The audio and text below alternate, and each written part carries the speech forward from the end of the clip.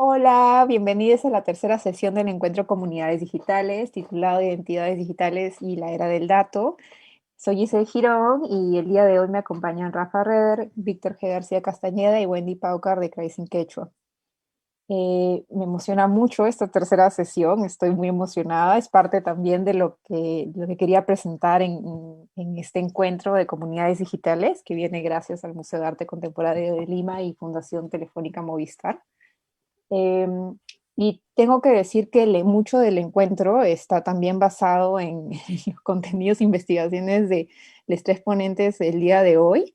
Eh, y, y sí, como que siento que vamos teniendo más contenido chévere en el encuentro y espero que lo sigan. Todavía nos falta uno más hacia el siguiente jueves, así que también les invito a verlo por la página del Facebook del MAC Lima. Y el día de hoy quería hablar, y teníamos mucho la intención cuando pensamos sobre los ponentes y sobre cómo íbamos a seguir la conversa del día de hoy, es hablar de cómo el yo digital ha cobrado una suerte de protagonismo, no solamente en la manera que otros nos conocen, pero también en la manera en la cual nos presentamos y entendemos nuestro propio ser, cómo se ha también como vertido totalmente en la manera que concebimos nuestras propias identidades. Eh, y y cómo también a través de esta conversación vamos a abordar los testimonios de vivir en la web y cómo estos también, cómo estos fenómenos sociales que emergen desde la vida digital están abordados dentro del trabajo y preocupaciones de los ponentes. Así que les agradezco mucho, mucho, mucho por acompañarnos el día de hoy. Eh, sí, sí, estoy muy, muy emocionada. Eh, y bueno, entonces comenzaremos con las ponencias. Y bueno, Rafa va a comenzar el día de hoy. Y les cuento un poquito más de Rafa. Inmersivos e íntimos, los metaversos de Rafa Reder invitan a contemplar y explorar distintas situaciones humanas, mezclas de colores y cuerpos, con un enfoque en la experiencia. Su licenciatura en cine hace que su trabajo sea climático y seductivo, desde documental experimental, animación 3D y realidad virtual, hasta arte generativo y visuales en vivo. Rafa trabaja con la imagen en movimiento de una manera dinámica y libre, comprometida y profundamente con la autorrepresentación. En los últimos años ha participado en varios festivales. Su documental sensorial Cocachagua ganó el premio de innovación del Cinecien Argentina. En 2019 estrenó su primera experiencia de realidad virtual, Inside A, en Somerset House Studios, una experiencia personal explorando la narrativa en el medio. Además, es parte del corte Amplify y también es profesora de cine en Lima, Perú, donde vive actualmente. Muchas gracias, Rafa, por acompañarnos hoy. Y sí, yo he sido muy, muy fan del trabajo de Rafa hace mucho tiempo y de hecho él compartió conmigo un ensayo súper chévere sobre la manera en la cual desde el arte se han pensado las identidades digitalmente, que de hecho lo llevo siempre y lo uso hasta en mis clases, así que muchas gracias, Rafa, por rotarte ese gran ensayo y de hecho quizás lo ponemos también también por ahí en los comentarios del chat para que sepan a qué me estoy refiriendo, pero todos los trabajos de Rafa tienen esa suerte de como súper, súper concentración meditativa sobre cómo el entorno que nos rodea demanda demasiada atención. Y no sé, creo que lo que me gusta mucho de lo que he visto es de esta cosa como del silencio y también de pensar cómo tu cuerpo está totalmente sometido al régimen digital. Entonces, muchas gracias, Rafa, y te paso la palabra. Hola, gracias. No me acordaba cuál era el ensayo, pero ya, ahora me acordé. Creo que es un ensayo sobre el arte digital, ¿no? Sí, que Sí, está sobre la bueno. representación La digital. autorrepresentación en el arte digital. Buenísimo, buenísimo. Tan bueno Sí, como es muy chamba. bueno. Es bueno, es bueno. Bueno, nada, primero gracias por la invitación. Eh,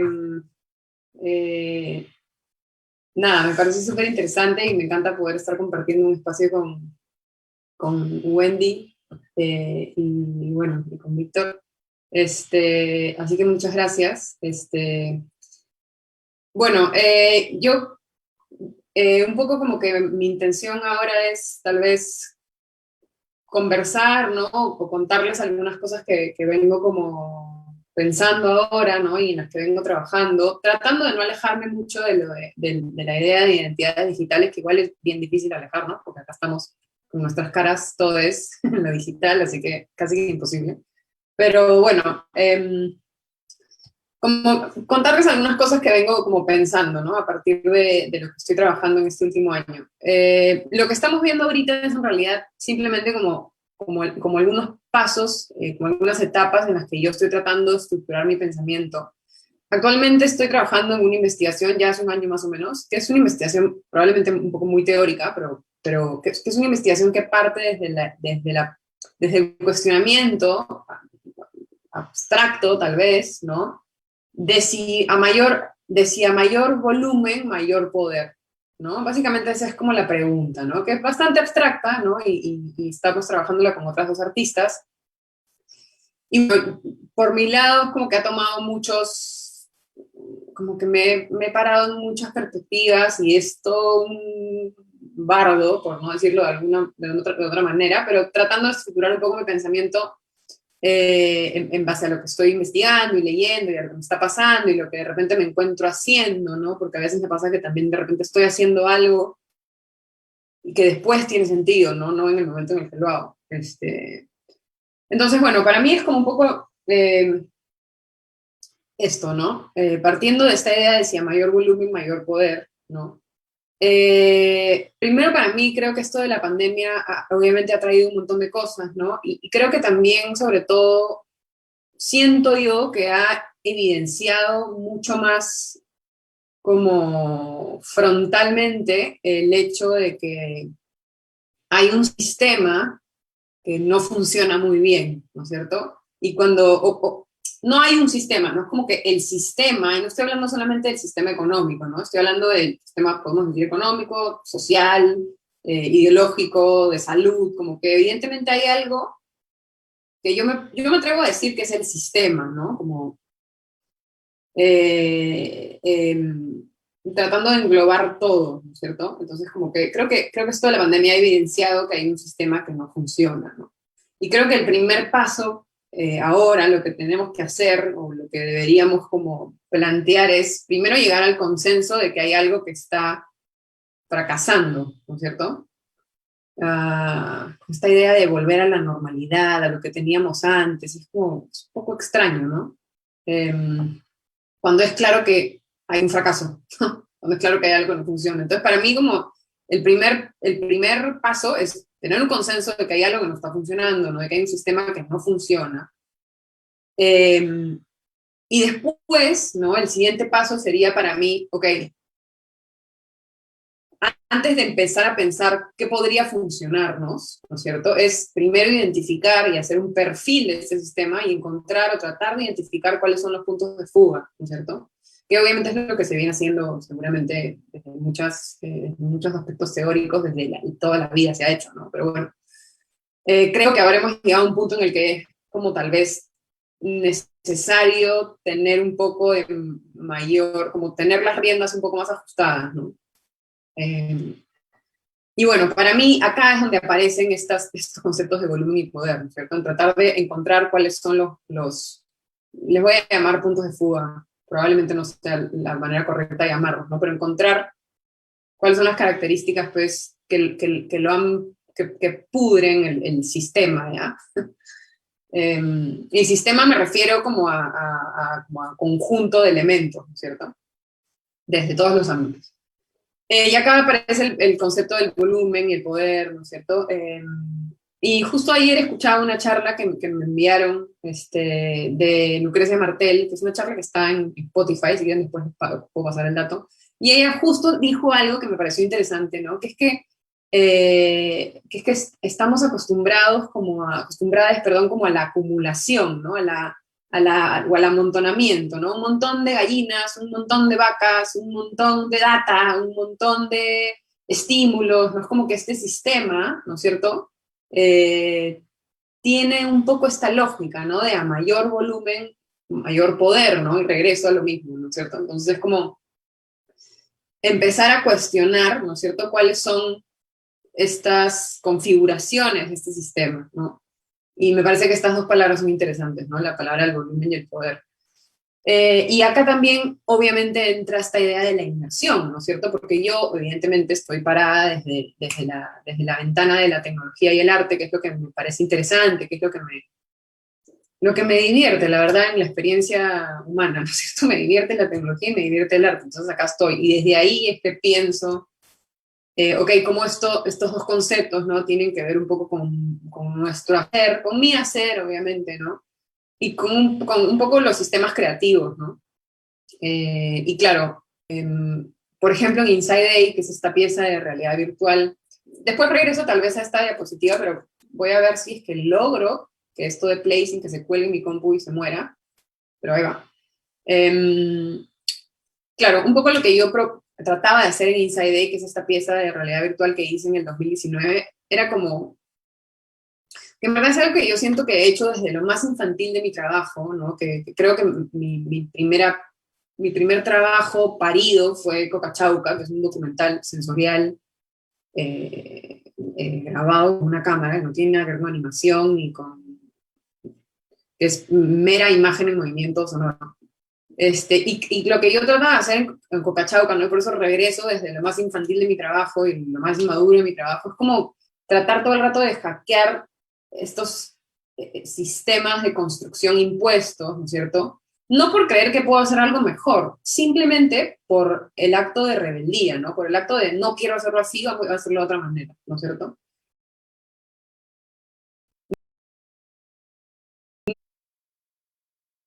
No porque yo considere que puedo hacer algo mejor en realidad, ¿no? Que obviamente qué lindo pensarlo que sí, pero no era esa mi intención. Y en Inside un poco que era algo, un poco mi intención era algo parecido, ¿no? Yo vengo del cine, yo estudié cine, y claro,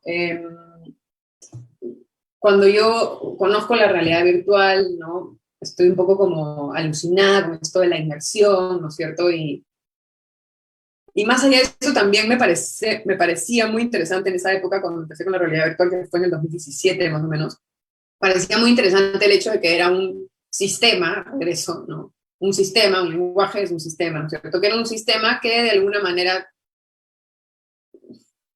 todavía no está, pues, convencionado, ¿no? Sí, de muchas formas, pero no tanto, o sea, no tanto, ¿no? Tiene algunas otras cosas que descubrir, y eso me parecía muy interesante, ¿no es cierto?, de la realidad virtual. Entonces, un poco lo que yo trataba de hacer en Inside Day es como problematizar, ¿no?, las maneras en las que se supone que debemos transitar piezas audiovisuales, ¿no? Y yo viniendo del cine, evidentemente, pues hago todo el rato esa analogía, ¿no? Esas comparaciones, ¿no es cierto? En una pieza de realidad virtual las escenas no son escenas, son escenografías, ¿no? Son situaciones más corpóreas. Y eso evidentemente tiene que definitivamente cambiar el paradigma de nuestra relación con las piezas audiovisuales, ¿no? Con la experiencia con el arte, de alguna manera, tal vez, ¿no?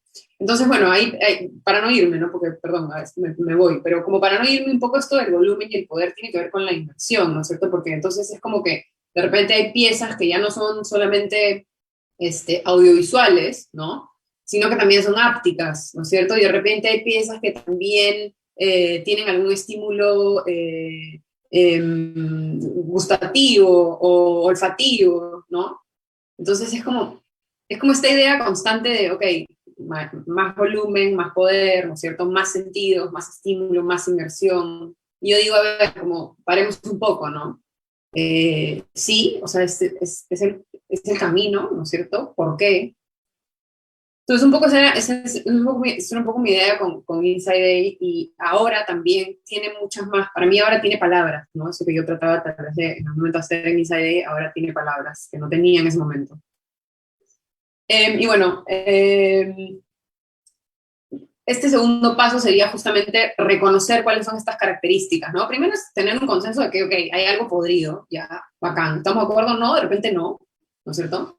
Eh, ¿Qué es lo que lo pudre, ¿no es cierto? Y después inventarnos algo, ¿sí? Tratando de no cometer los mismos errores, vamos a cometer los nuevos, seguramente, ¿no es cierto? Pero tratando de no cometer los mismos, ¿no?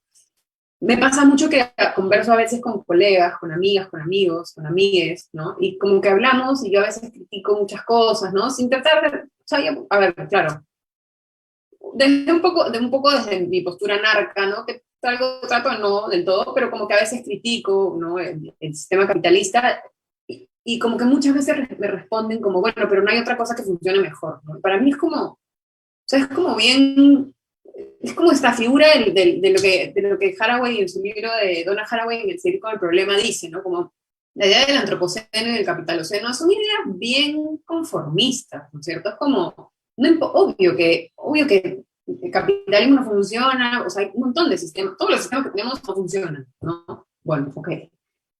No tenemos que usar sistemas que existan, ¿no? O sea, ¿por qué tenemos que pensar que es como rara la figura de la no responsabilidad en hacer algo nuevo, ¿no es cierto? Hacer algo que sí pueda funcionar.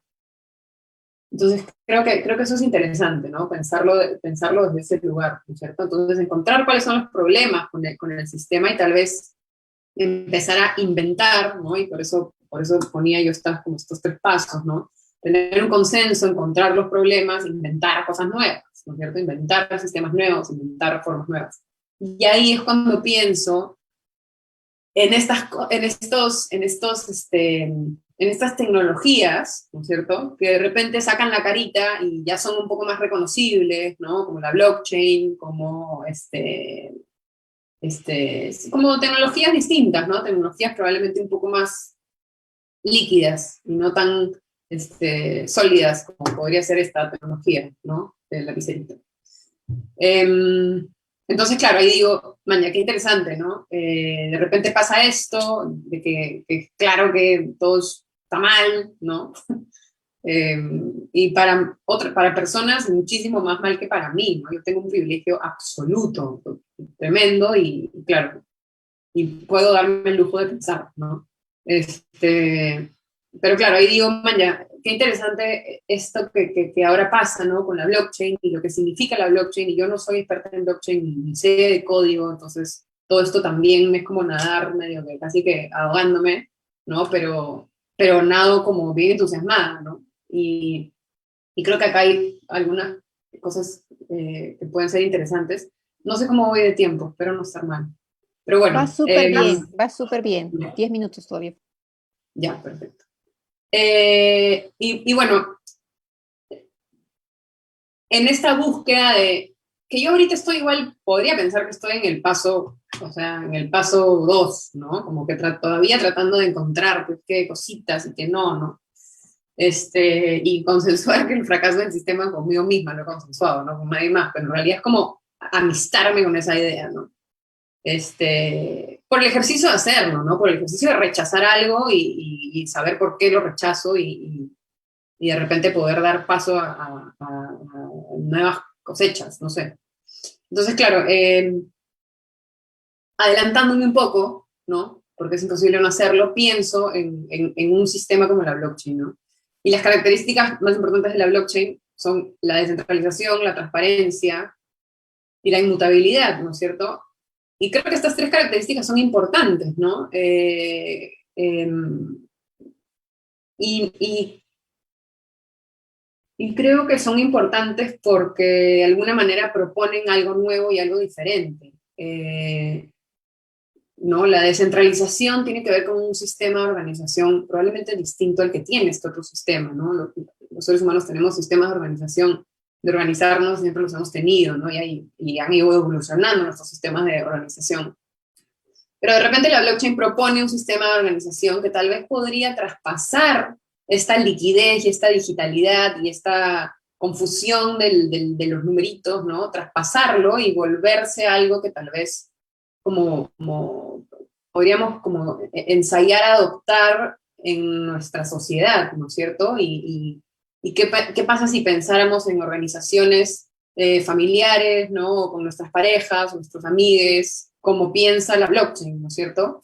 Desde lo descentralizado, desde lo transparente, ya, la transparencia es un poco a veces medio, pero bueno, desde lo transparente, desde lo inmutable, ¿no? Como empezar a pensar, ¿no es cierto? No tanto darle la espalda, porque hay mucha, ahora que además apareció lo de Zuckerberg y del metaverso, es como que hay una relación distópica con estas nuevas ideas, y a mí la verdad es que eso me parece peligroso, o sea, me parece peligroso y me parece malo, me parece terrible, malo, una palabra tonta, pero me parece terrible, ¿no? Creo que es justamente lo contrario, tal vez, ¿no? Como no, no tiene que ser tópico, ¿no es cierto? Y eso tiene que ver justamente con la idea de pensar en lo virtual y lo real como cosas diferentes, y como lo virtual, o sea, el virtual siendo el gemelo malo, ¿no? Lo cual no tiene mucho sentido, ¿no es cierto? Y justamente creo que en ese rechazo al cambio, a lo nuevo, a la distopía, ¿no? Que además me parece que, ya estoy tirando un montón de, pero bueno, ya no importa, que además tiene que ver mucho con las historias que nos contamos, y con las historias que nos ha contado, y con las historias que nos ha contado el cine, ¿no es cierto? Que es algo del que habla Haraway también, ¿no? De las historias que nos contamos, las historias que consumimos, ¿no es cierto? Es el cine que nos ha contado todas las historias distópicas de la tecnología y el ser humano, ¿no es cierto? Entonces creo que eso también es importante, ¿no? Como, y cuando hablo de sistemas, me refiero a sistemas, pues, desde el sistema más pequeño hasta el sistema que mueve el mundo, ¿no es cierto? El cine está metido ahí adentro y los sistemas en los que nos organizamos también, etcétera. Entonces, nada, creo que eso me parece interesante como de repente poder, en el paso tal vez de inventar algo diferente, ¿no? Como poder pensar maña, mira, acá hay algo interesante, ¿no? Probablemente en la blockchain hay algo interesante, probablemente en la tecnología hay algo interesante, no tiene por qué ser distópico, ¿no? Probablemente en esto del metaverso, ok, sí, claro, estamos partiendo de una compañía como Facebook o Meta, pero ¿cómo le damos la vuelta, ¿no? Y creo que acá hay algo que también creo que es importante, ¿no? Y que es algo que además yo también vengo ensayando desde siempre, o trato de hacerlo en lo que hago, con mayor conciencia ahora, antes con mucha inconsciencia y tal vez con una actitud un poco adolescente, ¿no? Pero como hackear los sistemas, ¿no? Hackear las tecnologías. Y desde una mirada bastante xenofeminista, en mi perspectiva, ¿no? Cómo utilizar la tecnología que está hecha por la hegemonía, ¿no? Para poder yo sacarle la vuelta, ¿no es cierto? Rebelarme contra ella y usarla para lo que no se debe, ¿no es cierto? Y creo que esa es un poco la idea, ¿no es cierto? Creo que es importante la rebelión en ese aspecto. Y hay algo que a mí me llamó la atención que puede ser un poco obvio tal vez, y yo no, pero bueno, simplemente comparto lo que me llamó la atención, ¿no? En este libro del xenofeminismo justamente cuentan la anécdota del DELEM, que es este aparato creado en los años, probablemente en fines de los 60, ¿no? Que era un aparato de extracción menstrual, que bueno, ahora no lo tengo, que de hecho es parte de un video ensayo que estoy preparando, que voy a exponer en un hub pronto. Pero es un aparato que se utiliza, que creó la medicina hegemónica para la extracción menstrual. Y claro, y grupos de feministas en esa época, ¿no? Colectivos feministas, por fuera de lo legal o de lo hegemónico, utilizaban este aparato que había sido creado para extracción menstrual para hacer abortos clandestinos, ¿no? Y se juntaban matronas con mujeres que necesitaban un aborto y hacían estos abortos clandestinos, estoy hablando de la época de los 70. Y me pareció súper curioso, ¿no? Me pareció muy interesante. El aborto es clandestino, siempre ha existido, siempre va a existir, y es un problema muy grande del que no voy a hablar porque no conozco mucho y no quisiera equivocarme terriblemente, pero me parece un ejemplo como súper obvio de cómo es que las disidencias, ¿no? Y yo soy una mujer blanca, totalmente privilegiada, he tenido acceso a la educación, toda mi vida he tenido un techo, comida. Sin embargo, igual al ser tal vez una mujer y tal vez una mujer además lesbiana, probablemente sí me considero o me he considerado en algunos momentos pues en algún tipo de desventaja, ¿no? Igual es súper peligroso lo que estoy diciendo, pero bueno, está, ¿no? Entonces, está en mi experiencia de vida. Entonces, como me parece interesante cómo este ejemplo del DELEM es tan obvio de cómo debemos, sobre todo las personas que lo necesitamos, ¿no? Como hackear los sistemas, ¿no es cierto? Hackear los sistemas hegemónicos para poder como reutilizarlos a nuestro beneficio, ¿no? Y ahí me refiero a todo, ¿no? Me refiero a la realidad virtual, me refiero al cine, me refiero a la blockchain, me refiero a absolutamente todo, ¿no? Las redes sociales. Eh, Y creo que eso, ¿no? Creo que esas son las ideas que quería compartir un poco. No sé si me he alejado mucho de lo de la identidad, creo que no, pero eso No, era un poco lo que quería compartir. Rafa, muchas gracias. Ay, la inmensidad de todo lo que has mencionado, que creo que me ha encantado también que vayas un poco por el proceso como de pensamiento que has tenido hacia identificar como la estructura, que claro, ahora te escucho y siento, por favor, visiten la página de Rafa, que ahí ha colgado como pasajes también y extractos de sus trabajos, que son muy, muy chéveres. Ahora tiene mucho sentido lo de Inside A. Inside A hay como esta suerte de como personajes femeninos, pero hipersexualizados, ¿no? Los cuales como que están marchando casi como un ejército como súper, súper fuerte, ¿no? De lo que significa como ser mujer, que es bien complicado. Y que siento que como también las propias visiones de la tecnología en los 70 y 80, particularmente de la mujer robot, como que de alguna forma se condensan con esta visión de los 50, ¿no? En vez de como hacer algo como totalmente distinto, no hegemónico, al contrario, como condensan ideas, ¿no? Y que siento que es un poco a lo que también estabas yendo, ¿no, Rafa? Que creo que es algo que también se tocó en el webinar anterior, que, que hay estos gran deseos, ¿no? De cambiar, de pensar en nuevas estructuras, ¿no? Y cómo esas nuevas tecnologías pueden ofrecer esa promesa, ¿no? Pero al mismo tiempo, como siempre recapitulando, que los usuarios y las personas que lo crean y lo usan también tienen fines y tienen preocupaciones las cuales corresponden a las estructuras actuales. Y, y mientras no pensemos como cómo esa tecnología se remite al cuerpo y la persona que lo está usando, y cómo opera dentro de esa, como de ese paradigma operacional, es bien difícil poder salir de ello, ¿no? No sé, también lo que hablas particularmente sobre lo de Donna Haraway y este aparato de extracción menstrual, siento que en países como, como el de Perú es bien difícil hablar de aborto clandestino, hablar de aborto en general, es casi, más que, creo que más que un tabú, como revela toda esa suerte de disparidad económica y social, eh, el de la cual también las nuevas tecnologías han sido cómplices, ¿no? Y creo que es muy importante siempre tratar de sacarle la vuelta, de ver cómo se pueden usar para otros fines, ¿no? Creo que el hackeo, ahora entiendo un poco más de tu chamba, Rafa, y muchas gracias por eso. Así que vayan a visitar la página de Rafa y le dejamos el enlace en los comentarios. Y muchas, muchas gracias, Rafa. Y tengo unas cuantas preguntitas también que han salido de lo que estabas como contando, particularmente de lo que significaría para el cine. Y pienso además como de teoría cinematográfica, lo que significa pensar imagen versus medio ambiente y que de ahí de hecho acá tenemos a la persona que está investigando el medio ambiente en, en el aspecto digital y que creo que sí. Bueno, muchas gracias Rafa y pasamos con Víctor y que de hecho también muchas de las cosas que hemos hablado en este encuentro se lo debo a la clase de Víctor. Inscríbase a sus clases de Víctor, muy generoso el amigo. Y su página web también súper generosa. En verdad te quería agradecer porque tu página web tienes puros enlaces a videos de lo que ha sido la historia del Internet y Sí, que son son los súper, easter súper eggs, sí, ajá. sentidos. Siento que es súper lindy y aparte como encontrar como esta riqueza también del YouTube como archivo de lo que fue la historia del Internet. Eh, Claro.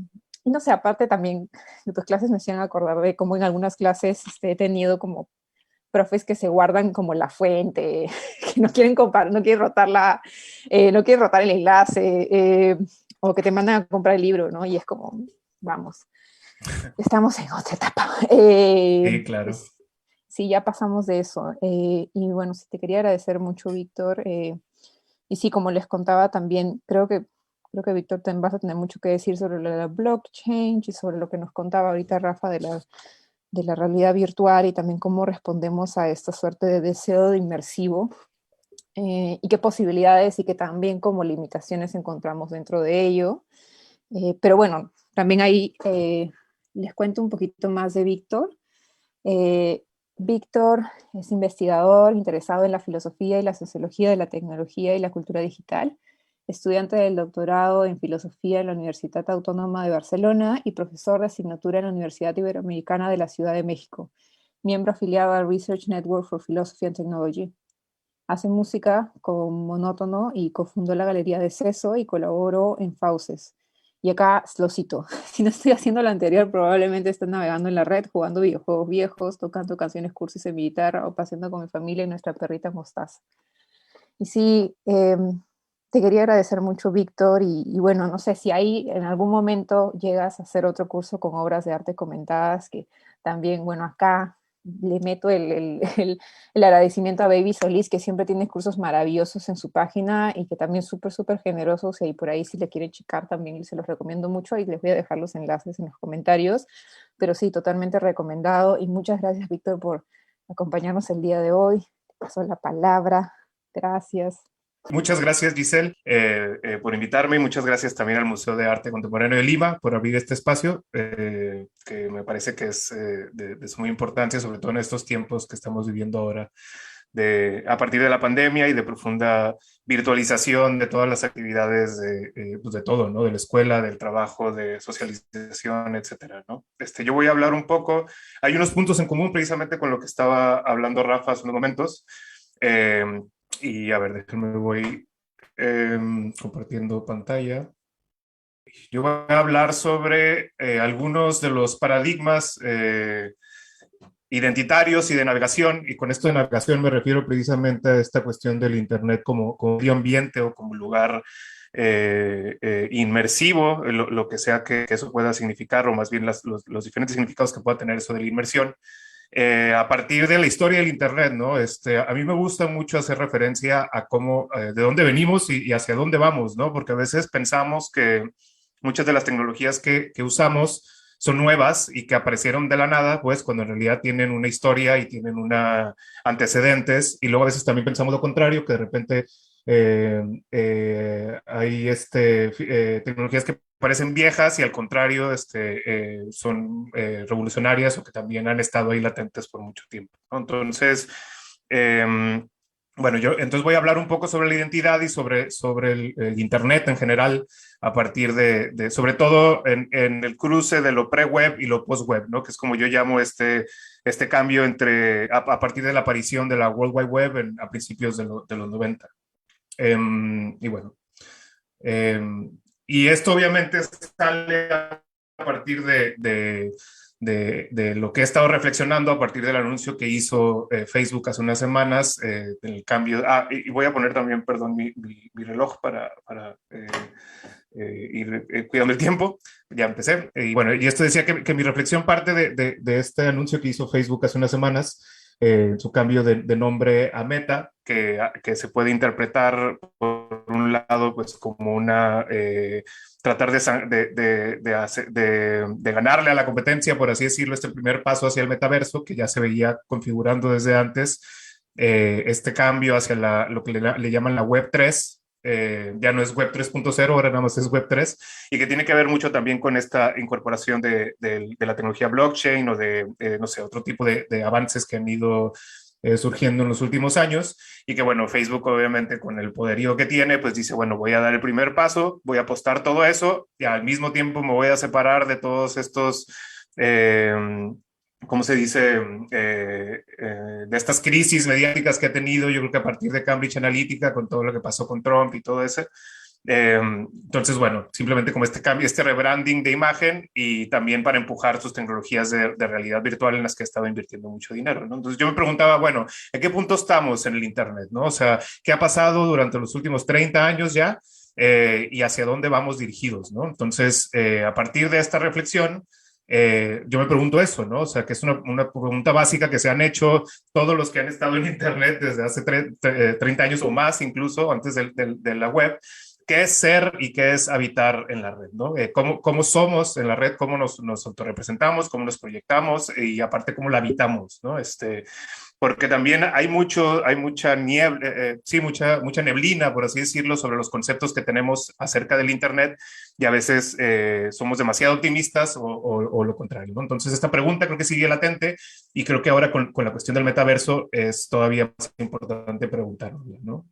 Y desde un inicio, pues sabemos que el Internet ha tenido como muchos nombres, ¿no? Muchas metáforas a través de la cual se ha tratado de definir, ¿no? Se habló del ciberespacio en los 80s y en los 90s, que era el concepto preferido, de realidad virtual, del metaverso, que también es un concepto que también ya tiene tiempo, pero que ahora ha resurgido, Siberia, la supercarretera de la información, que era el concepto que utilizaba Al Gore, por ejemplo, en los 90 para tratar de empujar las políticas en torno al Internet. Infoban, que también es lo parecido, porque eso se utilizaba más en Alemania. Internet, así en general. Siberia también por ahí se ha utilizado, en fin, ¿no? Entonces tenemos muchos conceptos, como que pareciera que es difícil tratar de definir qué es el Internet, ¿no? O sea, porque lo podemos ver a partir de su infraestructura material, pues es una red de redes, una conexión de muchos servidores y computadoras, o es lo que se despliega al otro lado de la pantalla, pero entonces también podríamos hablar de ambientes digitales que no están necesariamente conectados a Internet, por ejemplo, un videojuego, o podemos hablar de la experiencia social, nada más de las comunidades virtuales, o podemos hablar, no sé, simplemente de los flujos informacionales, aparentemente inmateriales, como se creían en sus inicios, etcétera, ¿no? Entonces todavía no tenemos como a pesar de tener ya tanto tiempo con esta tecnología, todavía no sabemos definirla, ¿no? Y todavía no sabemos pues ver hacia dónde nos va a llevar, ¿no? Entonces esta misma pregunta, pues yo creo que sigue latente hasta ahora, ¿no? Y aquí tenemos también haciendo referencia a esto que decía Rafa, de la importancia de las narrativas, claro, ¿no? Yo creo que nuestro entendimiento del Internet ha sido formado mucho por lo que leemos y por lo que vemos y por lo que escuchamos, por la teoría con la que lo analizamos. Entonces, obviamente el concepto de ciberespacio que viene de esta novela de William Gibson, o incluso un poco antes, porque ya lo había usado en un cuento, el concepto de metaverso, que ahora uno no puede leer ningún artículo sobre el metaverso sin que se haga referencia a este libro de Neil Stephenson, quien es amigo de Jeff Bezos. También se ha influenciado Jeff Bezos mucho de él. En el cine, obviamente, tenemos estas ideas también de la realidad virtual como una realidad separada de la nuestra. Por ejemplo, en Tron, que alguien se mete, por así decirlo, a una máquina de arcade, pues un videojuego. En Lawnmower Man o Matrix existen. En el 99, pues hubo una explosión de este tipo o salieron 3 películas que representan esto, ¿no? El videojuego de Existence, la Matrix, que es básicamente la metáfora de la caverna de Platón, pero digitalizada. Y en los últimos años, pues esta referencia que se hace a Ready Player One, que es un libro adaptado a una película. Y esta película que salió también en este año de Free Guy, que es como una persona que es un jugador, un non-player character, un NPC en un videojuego tipo así Grand Theft Auto, ¿no? Y también la teoría bajo la que se ha estudiado esto, ¿no? Tenemos, sobre todo en sus inicios, a sociólogos como Howard Rheingold o como Sherry Turkle. Tenemos este libro que se llama Cyberspace First Steps, que es de un arquitecto, bueno, es editado por un arquitecto y que también trata de definir qué es eso del Internet, ¿no? O sea, es la información, es un lugar geográfico, inmaterial, no sé, o sea, como que se preguntaban mucho de eso, ¿no? Y bueno, y seguimos haciéndonos esas preguntas, ¿no? Entonces, a partir de eso, voy a hacer un recorrido de estos imaginarios y estas teorías de cómo se ha visto el Internet. Y como decía, en los 80s o en los imaginarios tempranos, antes de la World Wide Web, se pensaba mucho en el ciberespacio, ¿no? Y se pensaba, por un lado, ya fuera como una red o como si fuera un espacio arquitectónico que representa un flujo de información, un lugar inmaterial, un lugar de nada más donde lo que importa es pues sí, las conexiones entre las computadoras y los datos que fluyen de un lado a otro. O se tenía el imaginario contrario, que era el de la realidad virtual, como una simulación de los espacios tridimensionales que emulan una realidad física, ¿no? Estos lentes, obviamente, digo, yo no sé cuántos años tenga la gente que está viendo este conversatorio, pero bueno, estos lentes no son nuevos, ¿no? O sea, el Oculus Rift o los lentes del PlayStation, lo que sea, obviamente tienen ya más tiempo que el Internet mismo, simplemente que nunca han pegado como tal. Ha sido muy difícil que estos lentes peguen comercialmente porque, bueno, son muy grandes, no son tan prácticos y bueno, ¿no? Entonces, hasta ahora se han tratado de empujar más y parece que por fin van a tener un auge ahora sí más comercial, ¿no? Entonces teníamos estos dos paradigmas, por así decirlo, sobre cómo navegar en Internet o sobre el ambiente que representa Internet, ¿no? ¿Qué es lo que está al otro lado de la pantalla? Los números de la Matrix o estos lugares renderizados que podemos, en los que nos sentimos inmersos y que podemos habitar, ¿no?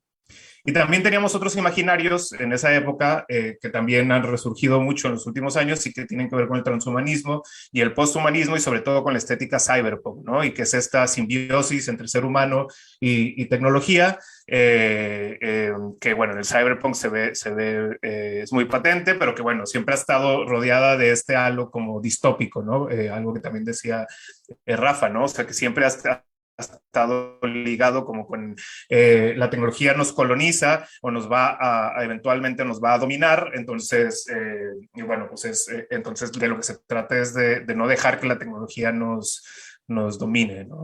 Ya decía Gilbert Simondon que no se trata de eso, no tenemos que ser ni dominantes ni dominados de la tecnología, sino más bien tenemos que extirpar nuestras funcionalidades de ellas y más bien liberarlas, ¿no? Dejar que las máquinas sean así como tendríamos que dejar que la naturaleza fuera y nosotros también, ¿no?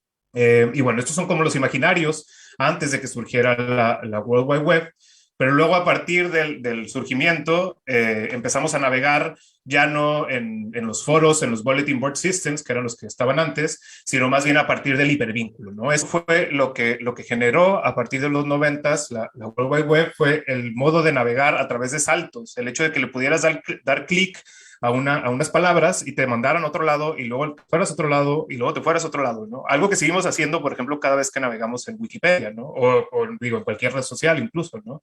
Pero que antes no existía, antes de la World Wide Web no existía como tal. Entonces esto nos generó otro tipo de orientación. Incluso aquí hay una cita de un artículo que se escribió rememorando esos tiempos y dice lo siguiente, dice, los testimonios de los usuarios de la web, perdón, es que tengo aquí el video. Los testimonios de los usuarios de la web de 1994 describen la experiencia de saltar por la red como una red intensa de dislocación, tan emocionante como tortuosa. El interminable deambular sin rumbo fijo por un laberinto de enlaces de hipertexto era una búsqueda solitaria, pero también fue en gran medida una experiencia social. Entonces, en estos tiempos, obviamente, era un descubrimiento, ¿no? Uno entraba al internet y era un mundo inexplorado, pero en realidad era un lugar de puro texto y alguna que otra imagen, porque en realidad pues no había mucho poder de banda ancha ni nada de eso, entonces no podías descargar muchas cosas y era puro texto, ¿no? Pero mientras teníamos ese texto en la pantalla, en nuestras mentes o nuestros imaginarios teníamos otra cosa, ¿no? Como si estuviéramos descubriendo, como si estuviéramos surfeando, si estuviéramos navegando, como si estuviéramos habitando este tipo de mundos. Pero bueno, es un imaginario que no corresponde en realidad con lo que estamos haciendo en las pantallas, ¿no? Y esta idea nos lleva a esta percepción de que el Internet era un lugar inmaterial donde solamente importaba la información, donde, por ejemplo, este es del manifiesto de independencia del ciberespacio, de Luper y Barlow. Aquí no es donde viven los cuerpos, ¿no? Aquí todos pueden estar sin privilegios o prejuicios, porque uno puede ser lo que quiera ser, representarse de cualquier manera, y el mundo el mundo físico, no es nuestro mundo, ¿no? Su contrato social no aplica en nuestro mundo digital, porque el suyo se basa en la materia, ¿no? Y obviamente ya en los últimos años, con el regreso de los materialismos, nos hemos dado cuenta que ese mundo es tan material como este mundo físico, ¿no? Y que hay cables que pasan por el océano, y hay contaminación y todo eso, hay una influencia material bastante importante del mundo digital, ¿no?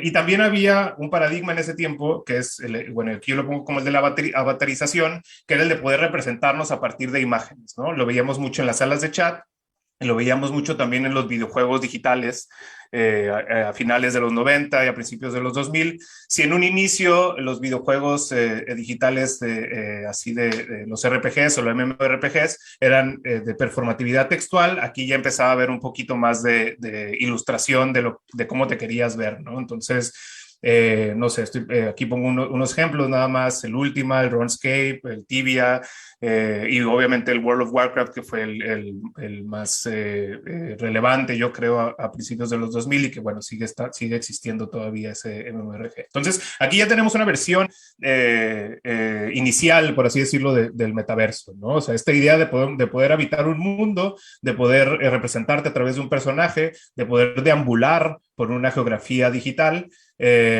y convivir con más gente, donde hay un cierto tipo de economía rudimentaria, donde hay misiones o cosas que hacer, pues, en ese mundo, y que, bueno, de alguna manera está relacionado con el metaverso que se quiere imponer ahora. Obviamente, este último metaverso, pues, con muchas más cosas que no nada más se reducen a un videojuego o a un chat de realidad virtual, ¿no? Y bueno, esto es lo que decía, ¿no? En el primer paradigma de la web 1.0, lo que pasaba es que teníamos juegos de identidad basados en el rol, la performatividad era textual o a lo mucho soportada visualmente por algún avatar, teníamos un refugio en el anonimato y las comunidades eran virtuales, ¿no? En este sentido, Reingold decía que eran como si fuera un ensayo de lo que podía hacer la sociedad y por eso es de ahí lo virtual, ¿no? Cuando en realidad, pues como hemos visto, es una cosa completamente diferente, ¿no? O una realidad en sí misma que no necesariamente tiene que imitar nuestra realidad social física, ¿no? Y luego el segundo paradigma es el de las redes sociales, ¿no? Cuando llegamos a la web 2.0, a partir de los mediados de los 2000, pues un poquito antes, y que pasamos al otro lado, ¿no? Entonces, en lugar de refugiarnos en el anonimato, se nos exige publicitarnos, se nos exige qué estás pensando, cómo te ves, con quién estás, qué comes, a qué fiesta fuiste, cuántos amigos tienes, cuánta gente está engaged en tus posts, cuánta gente le dio like, etcétera, ¿no? Entonces, se da el giro, ¿no? Y entonces ya no se trata de este mundo inexplorado, sino más bien como de empezar a encasillarnos en cierto tipo de categorías, ¿no? Que al final parecen como categorías de mercado. Facebook, obviamente, las páginas que sigues, los amigos que tienes, todo eso, de alguna manera van alimentando un algoritmo que empieza a personalizar los contenidos que se te ofrecen, ¿no? Entonces, ya estamos en otro paradigma o en otro giro donde la identidad cobra y la navegación cobran otro cariz, ¿no?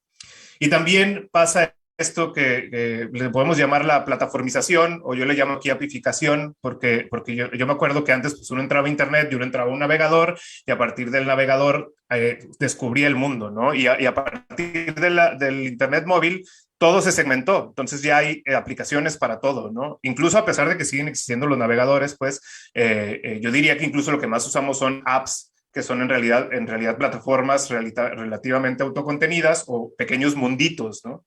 Y esto tiene relevancia porque lo que quiere hacer el metaverso es hacer una plataforma de plataformas, ¿no? Entonces conectar, en el caso de Facebook, por ejemplo, pues Instagram con WhatsApp, con Facebook, con no sé qué Worlds o no sé qué otras software estén ahí desarrollando y tratar de descentralizarlo aún más, ¿no? Incluso cuando pensábamos que el Internet era todo sobre la descentralización, por ejemplo, lo que decía Rafa acerca del blockchain, pues parece que lo que está haciendo Facebook es totalmente lo contrario, ¿no? Tratar de centralizar todo, hacerlo interoperable bueno, y hacer todo un solo mundo que incluya otros mundos, ¿no?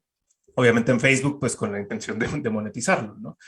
Y bueno, lo que decía esto, que en la red 2.0 todo se trató acerca de la exposición del yo, ¿no? Una exposición obsesiva del yo, donde básicamente lo que se nos exige es editar nuestra imagen, producirla, preproducirla y postproducirla a través de filtros, a través de escenificaciones, a través de poses, a través de perfiles, fotos, de usos cosméticos, de filtros, etcétera, y luego después editarla y todo pues a partir de herramientas que están muy a la mano y que no necesitas conocer técnicamente con mucha profundidad, ¿no?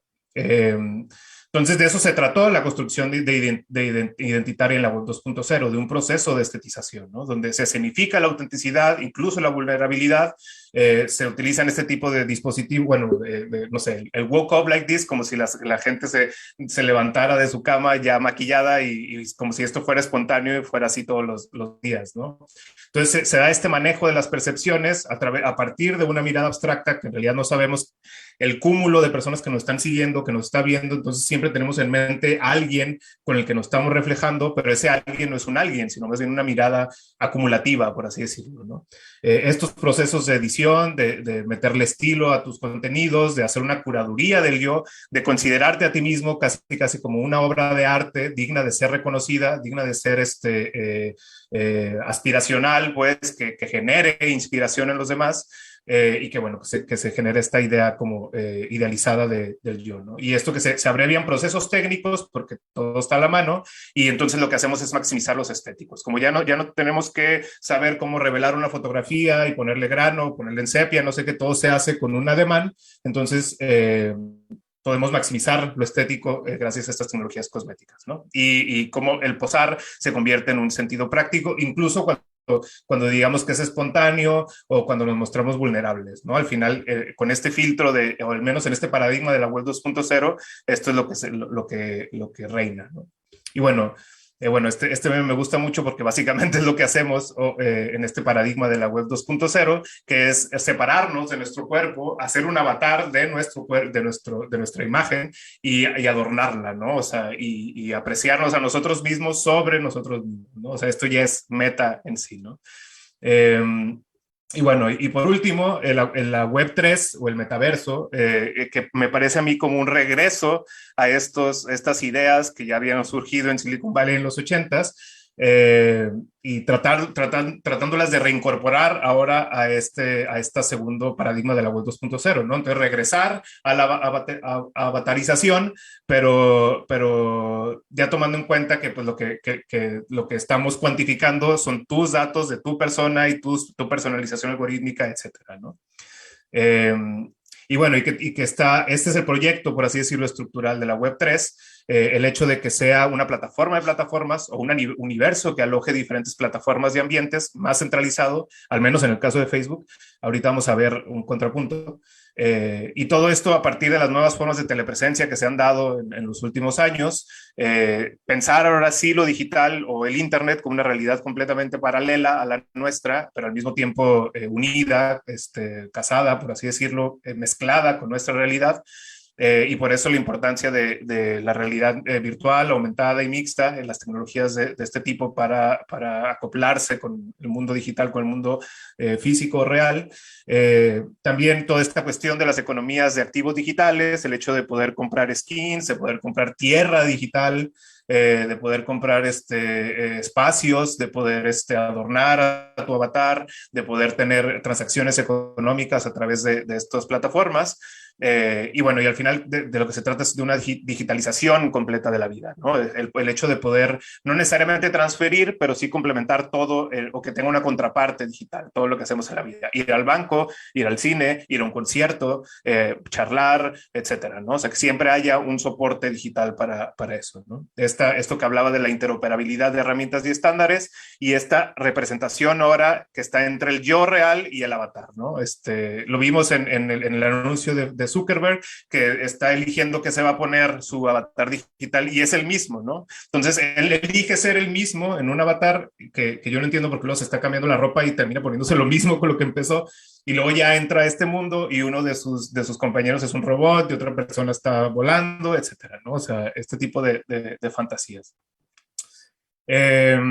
Y bueno, y esto es lo que decía, ¿no? Precisamente esto de Facebook, ¿no? Este es el metaverso de Facebook que pretende aglutinar todo: trabajo, vida social, entretenimiento, videojuegos, todo. O sea, quiere que toda tu vida pase por ahí, ¿no? ¿Por qué? Porque así la podemos monetizar y así podemos tener control y extraer todos tus datos, ¿no? Pero bueno, no todo es así, ¿no? Hay un contrapunto que a mí me parece muy interesante, que tampoco he investigado tanto, pues, o apenas me estoy poniendo a investigar sobre este tema, que son las DAOs, ¿no? Las organizaciones autónomas descentralizadas, que están basados en la tecnología blockchain y que de alguna manera tienen una estructura más horizontal, ¿no? Hay un par de artículos que a mí me llamaron mucho la atención de Kay Kreutler, donde habla sobre cómo pensar estas comunidades como si fueran gaming guilds o como fueran grupos, como en los MMORPGs, que son grupitos que se ponen a hacer misiones en conjunto, que tienen como comunidades muy cerradas,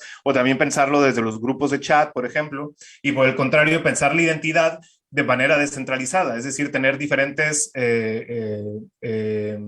facetas, por así decirlo, de tu identidad, y ella lo explica a través de, por ejemplo, cuando estás construyendo un personaje en un videojuego, cómo tienes diferentes elementos que son lo que constituyen a tu personaje y de alguna manera también pensar así la identidad, ¿no? Y bueno, obviamente el soporte de blockchain que lo hace es, como decía Rafa, también transparente, descentralizado, y que bueno, que tiene un registro que se queda ahí, ¿no?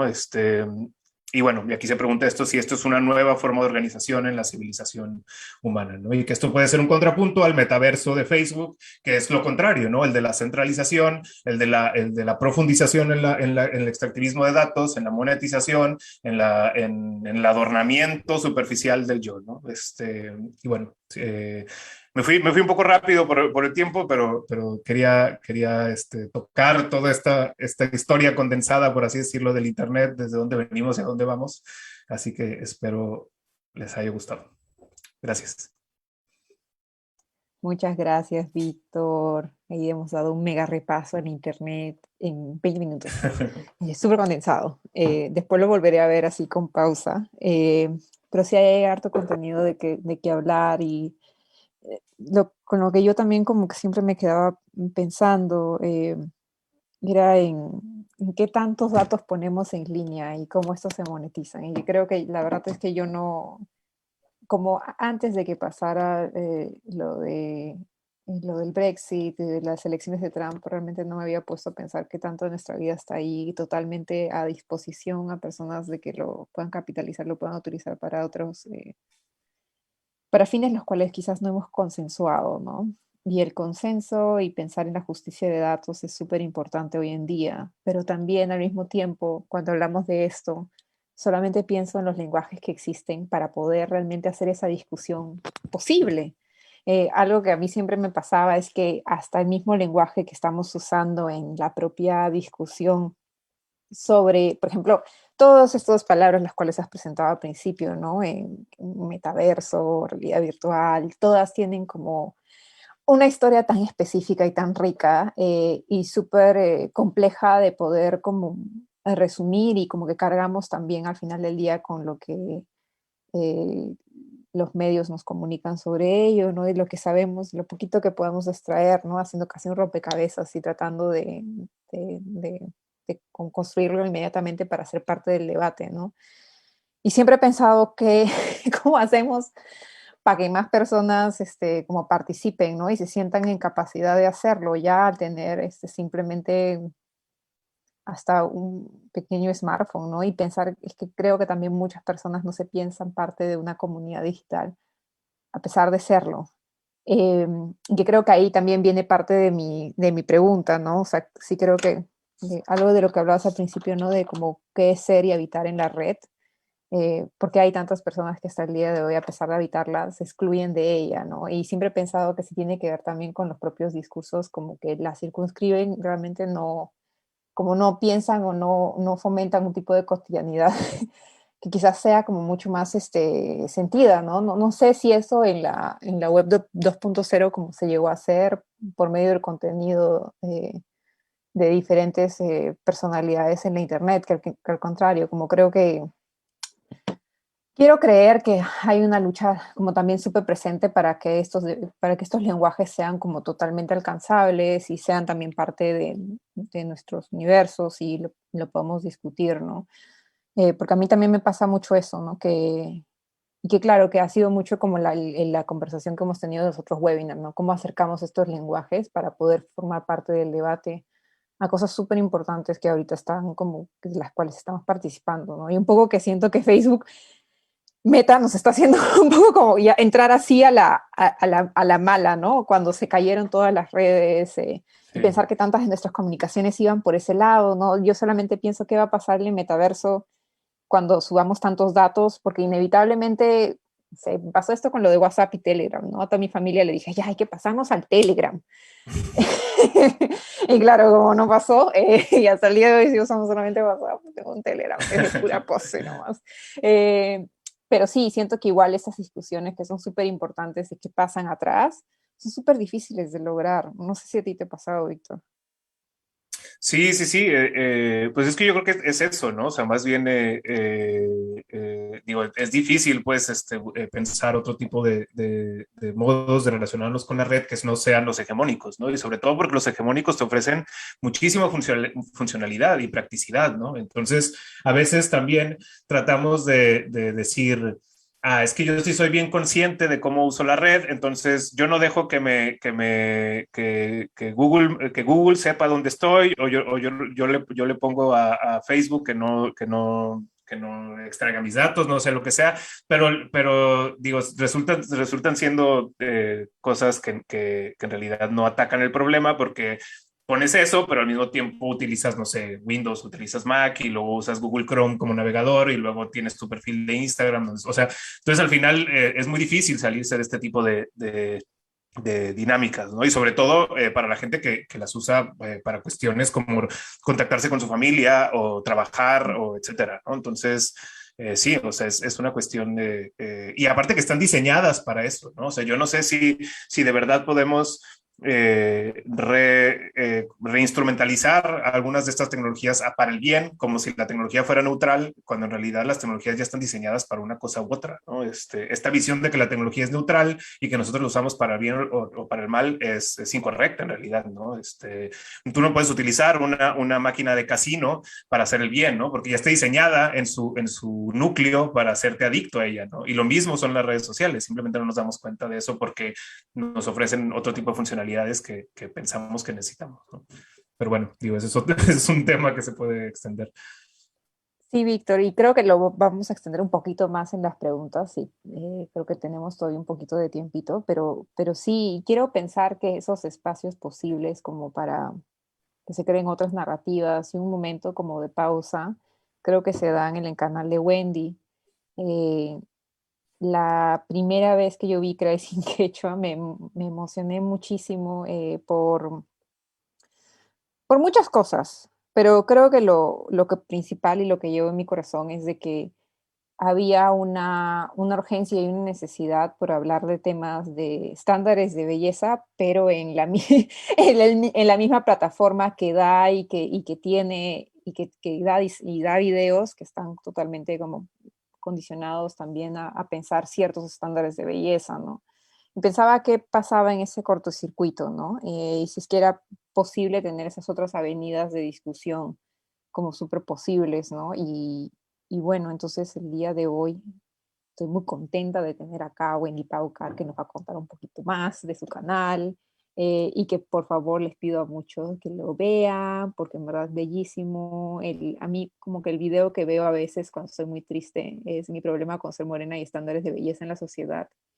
Y lo tengo que confesar porque me pasa usualmente que antes de entrar Dios, antes de entrar a lugares sociales, y que siempre lo he tenido y que a veces siento, ya es como una imaginación mía, probablemente ya no pasa, pero siempre sentía que antes de ir en inauguraciones como miraban de pies a cabeza. Em, y sí, por un momento de mi vida yo pensé, no es mi imaginación, son como 2 años de no creerme que valgo la pena operando en un segundo, ¿no? Pero escucharlo como que me dio un poco de consuelo de que es real y creo que eso es como lo más difícil de pensar que las cosas sí pasan y que son reales más que ficciones de como proyecciones de quizás como inseguridades, ¿no? Que por lo menos creo que muchos aprendemos a sentir que es así. Y les cuento un poquito más de Wendy y acá la cito y dice, hola a todos, mi nombre es Wendy Paucar, soy comunicadora y con el tiempo me convertí en youtuber.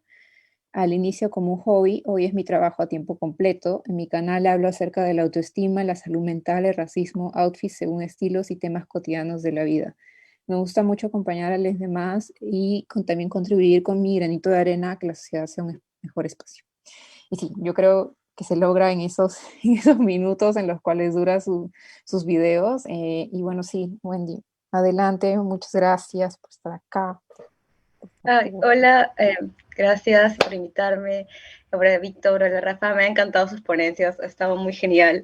He estado pensando un montón de cosas mientras ustedes hablaban. Y bueno, me presento, soy Wendy, soy youtuber hace 4 años. Al inicio no me identificaba con la palabra youtuber porque sentía que hay mucho estigma dentro de que si eres youtuber, de que te ven mal, saben como, ay, solo haces eso, solo haces YouTube. Pero no se dan cuenta que en verdad hay mucho detrás, que es la exposición en las redes sociales, también el tema de edición, pero sobre todo la exposición, ¿no? Y siento que también yo he visto YouTube, he cambiado mi forma de ser, no soy la misma Wendy de hace 4 años que comenzó en YouTube, que comenzó a exponerse, porque al inicio yo pensaba solo hacer videos para alegrar a la gente, ¿no? Porque siento que el internet de otra parte nos saca de nuestra vida cotidiana. Por ejemplo, si nos sentimos mal, entramos a TikTok y nos distraemos un ratito. O movemos el ojo. O entramos a Twitter para ver algo, no sé, chismear. Y también Instagram, que solo más imágenes. Pero luego me di cuenta que siempre tendía a compararme mucho en las redes sociales cuando empecé a usarlas. Y tendía a compararme más de lo que hacía en mi vida cotidiana. Siento que en mi cotidianidad no lo hacía porque no tenía tanta información. En cambio, cuando comencé a usar Instagram o comencé a usar Facebook, como que siempre veía más los logros de otras personas, que a veces pensaba, ¿realmente son logros o realmente su vida es tan perfecta como dicen que es? ¿O es que solo me están mostrando esa vida perfecta? Entonces pensé, me gustaría hablar más de esas cosas en YouTube, más de cómo es el día a día y de cómo en verdad no tengo una vida perfecta, porque en verdad no la tengo. Trato de que se vea perfecta en un video de 10 o 15 minutos, pero esa no es mi vida, o sea, no me paso así todo el día. Entonces comencé a hablar de esos temas. Primero me di cuenta también de que la mayor parte de hate en internet, y eso es algo que también me fue como un quiebre en el cual estaba en internet, era acerca de mi físico, pero no mi físico de ponte de belleza estereotipada, sino por mi color de piel. Y me di cuenta que más de esos comentarios eran de personas de mi país. Y el público que yo tenía también era de mi país. Y pensé, esto es algo que no solo me ha pasado en internet, sino que también me ha pasado en mi día a día cuando era joven o cuando era infante. Y digo, yo seré la única persona, no creo que sea la única persona que ha sentido esto. ¿Por qué la gente no está hablando de estas cosas? Porque a veces entramos, no solo tenemos que ver entretenimiento en internet, sino también podemos ver otras cosas que nos ayuden a reflexionar acerca de lo que está pasando en nuestras temáticas, no solo el racismo, también el aborto, el lenguaje inclusivo y otras cositas más que pasan en el día a día. Así que empecé a hablar de eso. Y al inicio pensé que no iba a quedar tan bien, porque pensé, no creo que la gente tenga las mismas inseguridades que yo o que las que he batallado toda mi vida. Y fue increíble realmente la recepción que tuvo. Recuerdo que había ido a una feria y estaba en la feria y vinieron muchas chicas a saludarme, y una de ellas empezó a llorar cuando me vio. Y a mí me sorprendió mucho que esté llorando, porque no entendía, ¿saben? No entendía por qué lloraba. Y ella me decía que era porque toda su vida había tenido como que súper baja autoestima con respecto a su color de piel y al no pintarse el pelo por ser marrón, porque siempre te dicen, oh, no, no te queda, no, tienes que usar otros colores. Y que gracias a otros videos donde yo me pintaba el pelo al ser morena, ella como que se había animado a salir de esa burbuja. Y ahí me di cuenta que no hay muchos youtubers que sean marrones. Siempre está como que las personas blancas, y no es que esté mal, de hecho está súper bien que haya más youtubers así, pero no había tanto esa comunidad, esa identidad marrón, porque si te das cuenta, yo no soy afro, mi familia es de la sierra, yo pertenezco a la criollada, pertenezco a esta comunidad que en el 2018, cuando comencé, como que sentía que no estaba tan desarrollada, no tenía a quién mirar, como que youtuber peruano que sea marrón o que hable de estos temas me puedo identificar. Entonces pensé, bueno, entonces si yo puedo hacerlo o pueden identificarse también conmigo, siéndome que yo soy igual a ellos o ellas, me parece súper bien. Y de ahí también viene el tema de estar en internet. Por ejemplo, antes sentía de que si no estaba todo el día posteando, no existía. Y eso es lo que me molestaba mucho, porque sentía, dejo de existir si dejo de postear en Instagram, o si no me viví día a día, no estoy presente, lo cual sí estaba presente. Y también, por ejemplo, dejé de postear un tiempo y la gente me decía, ¿estás bien? ¿Todo bien en tu casa? ¿Qué te pasó? Y en verdad estoy bien, estoy tranquila, estoy comiendo, estoy chileando. Simplemente no hay que tener la necesidad de postear todo en nuestras redes sociales, no tenemos la necesidad de ser perfectitos o de ponerle filtro a todas las fotos, o no sé, mostrar eso, como decía Víctor, de que la necesidad de mostrar un yo perfecto en internet, siento que hay que abolir esa idea, como que ya no está, o sea, ya no más. Creo que lo más genial es cuando te muestras por quién eres. Por eso me encanta TikTok.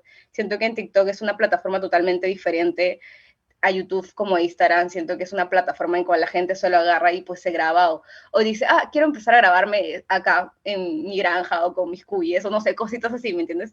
Y siento que eso es muy genial que se haya salido de esa parte de que en internet todo tiene que ser perfecto. Eso me parece muy increíble. Y también siento que en internet muchas personas cambian su forma de ser gracias al anonimato.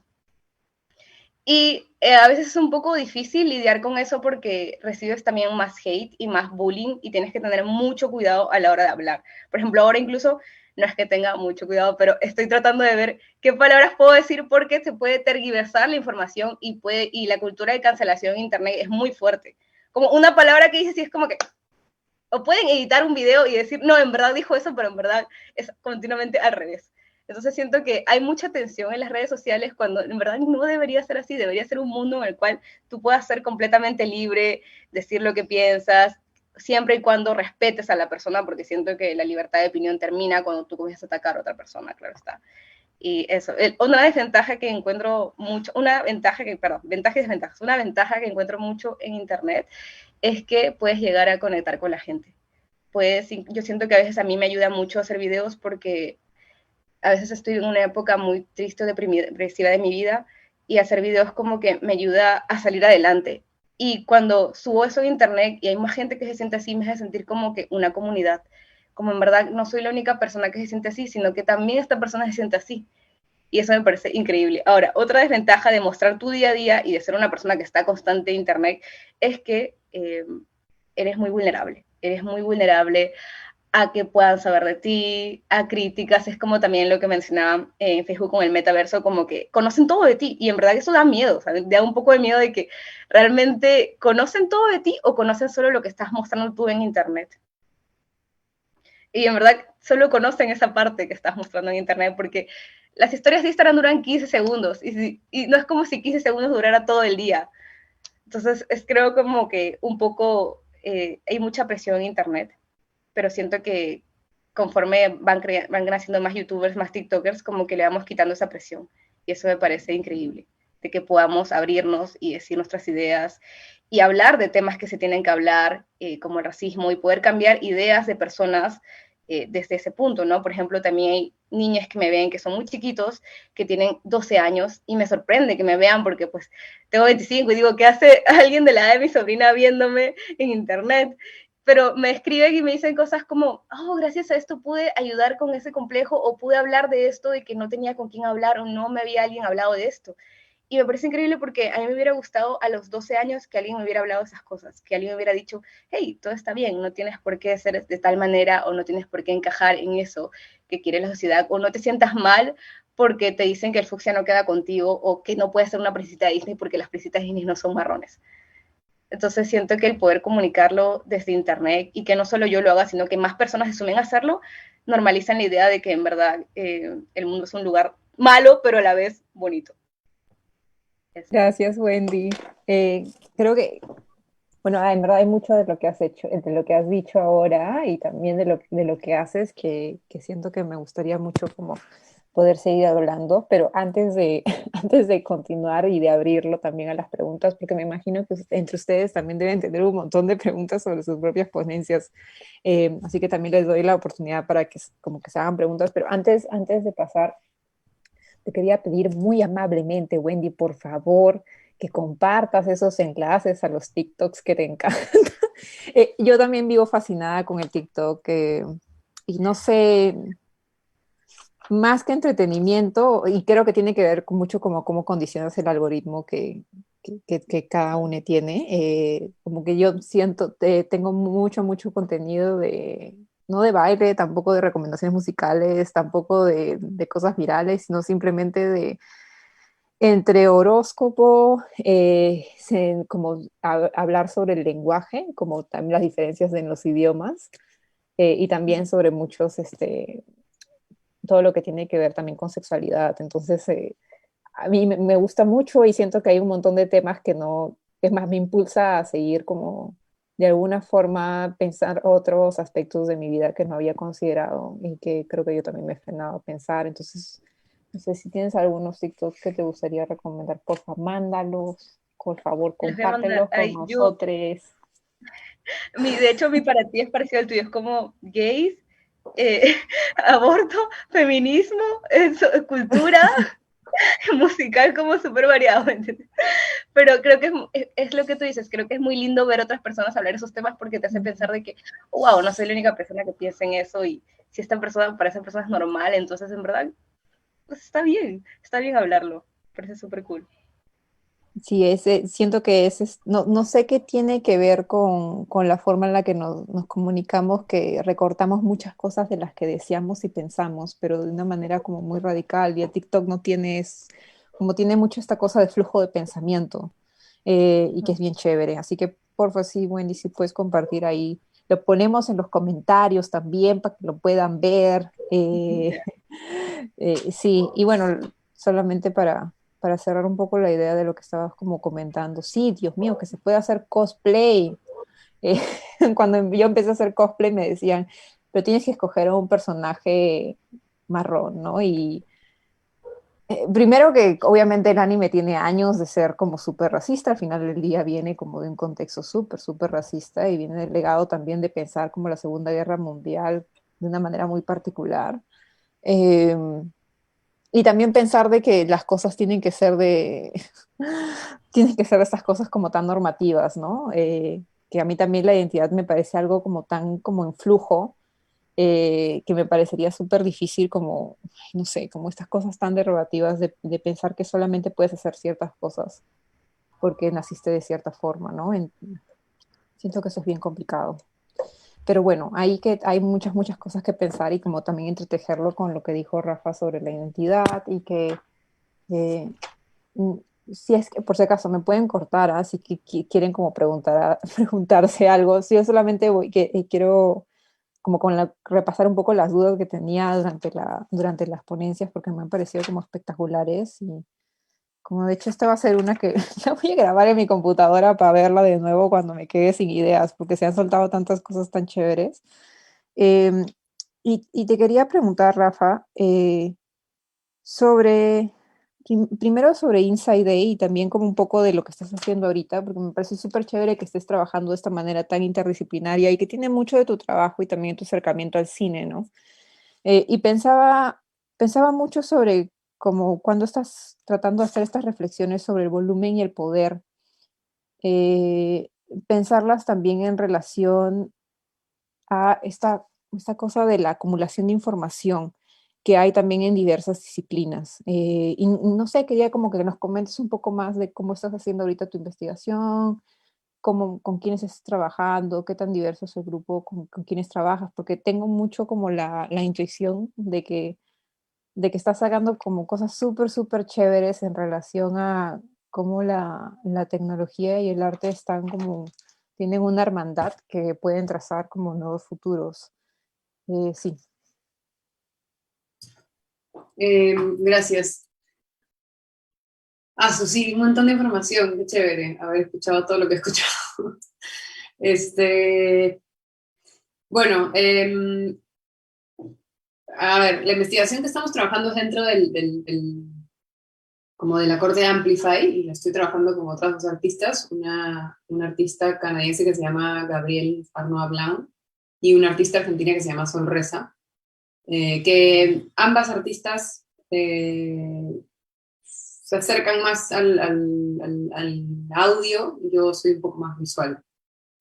Entonces, claro, un poco como que yo voy ahí como viendo a ver cómo me acerco, o sea, porque claro, es una investigación en cooperación, pero claro, cada una va un poco por donde la lleva el viento, ¿no? La vida.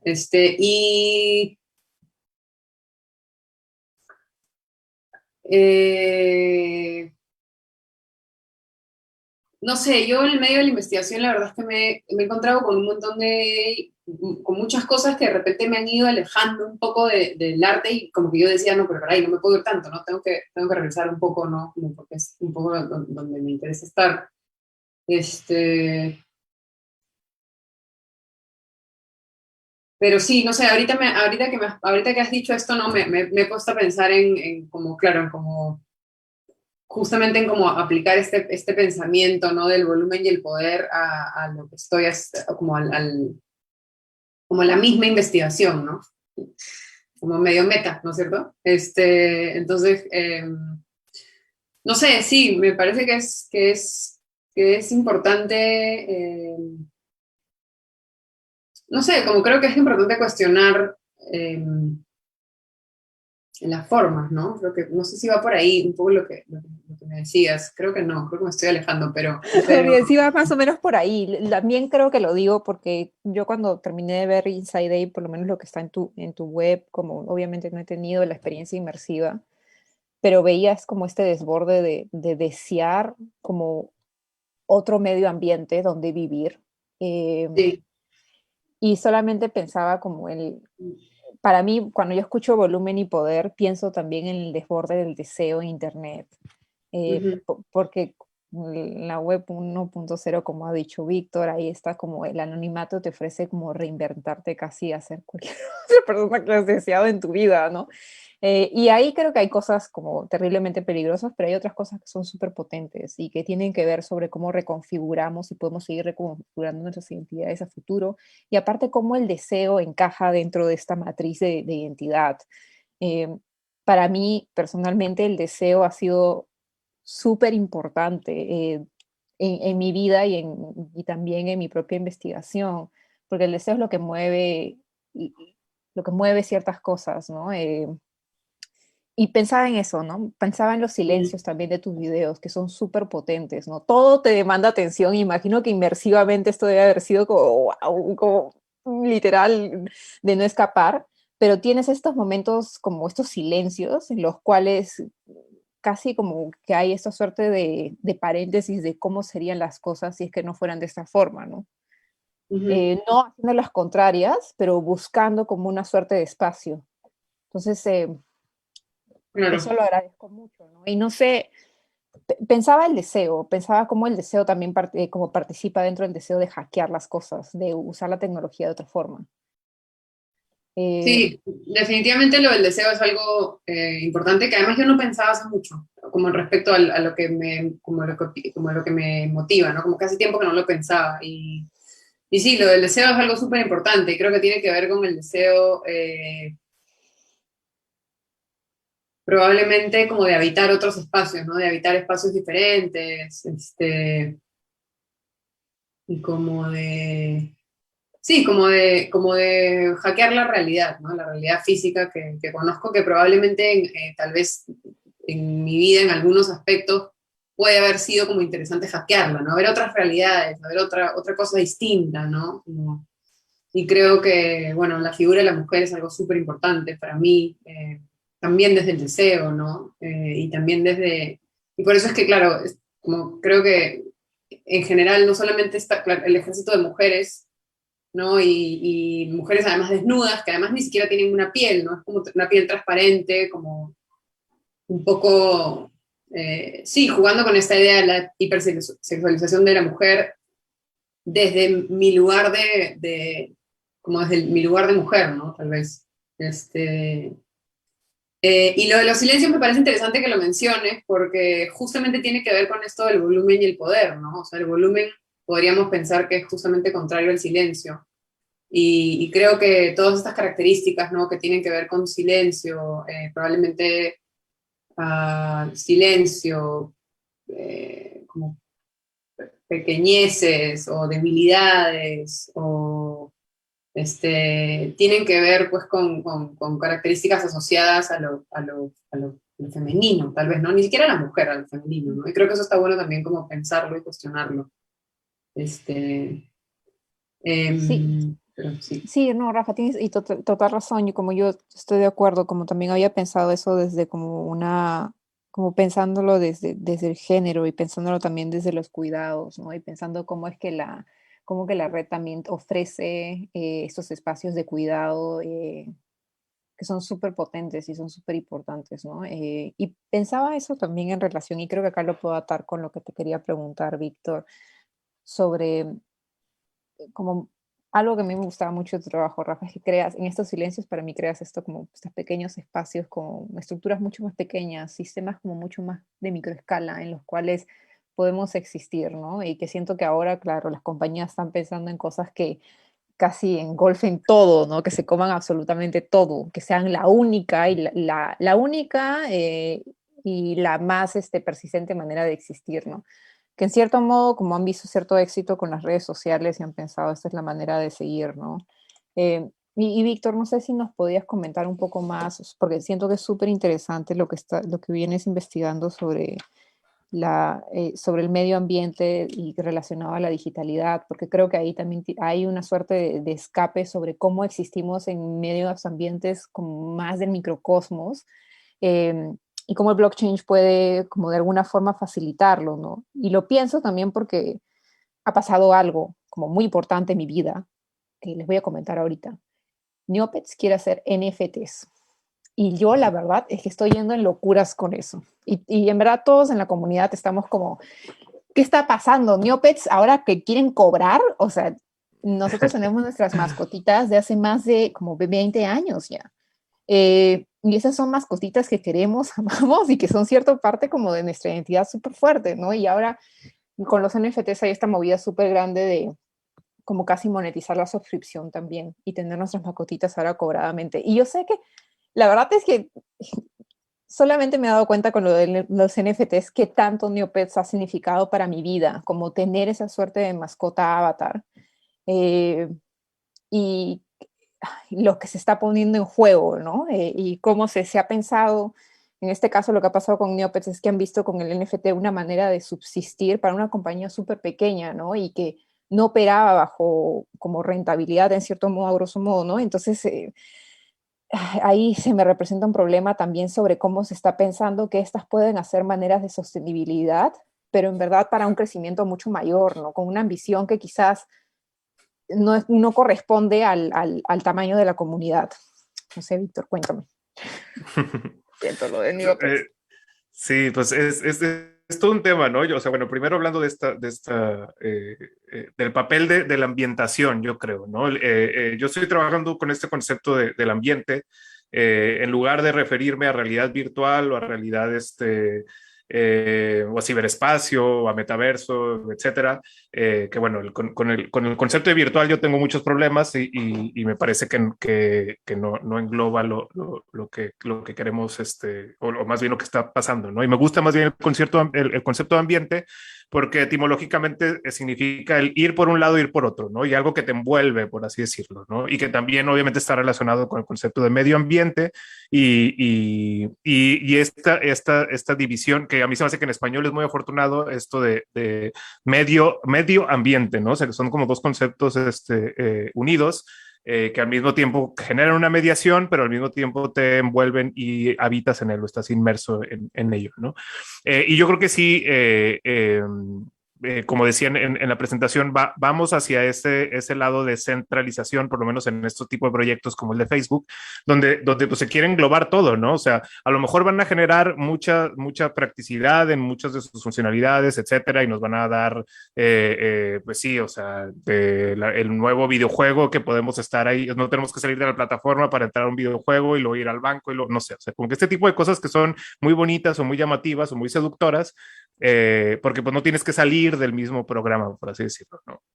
Y todo está al alcance de la mano, y bueno, y pues se vuelve muy fácil usarlo, ¿no? Pero yo creo que más bien hay que pensar lo contrario, ¿no? O sea, hay que pensar precisamente, por ejemplo, yo he encontrado muchos lugares con los que más me siento ahora relacionado en el Internet, a la hora de usar Internet, por ejemplo, con Discord.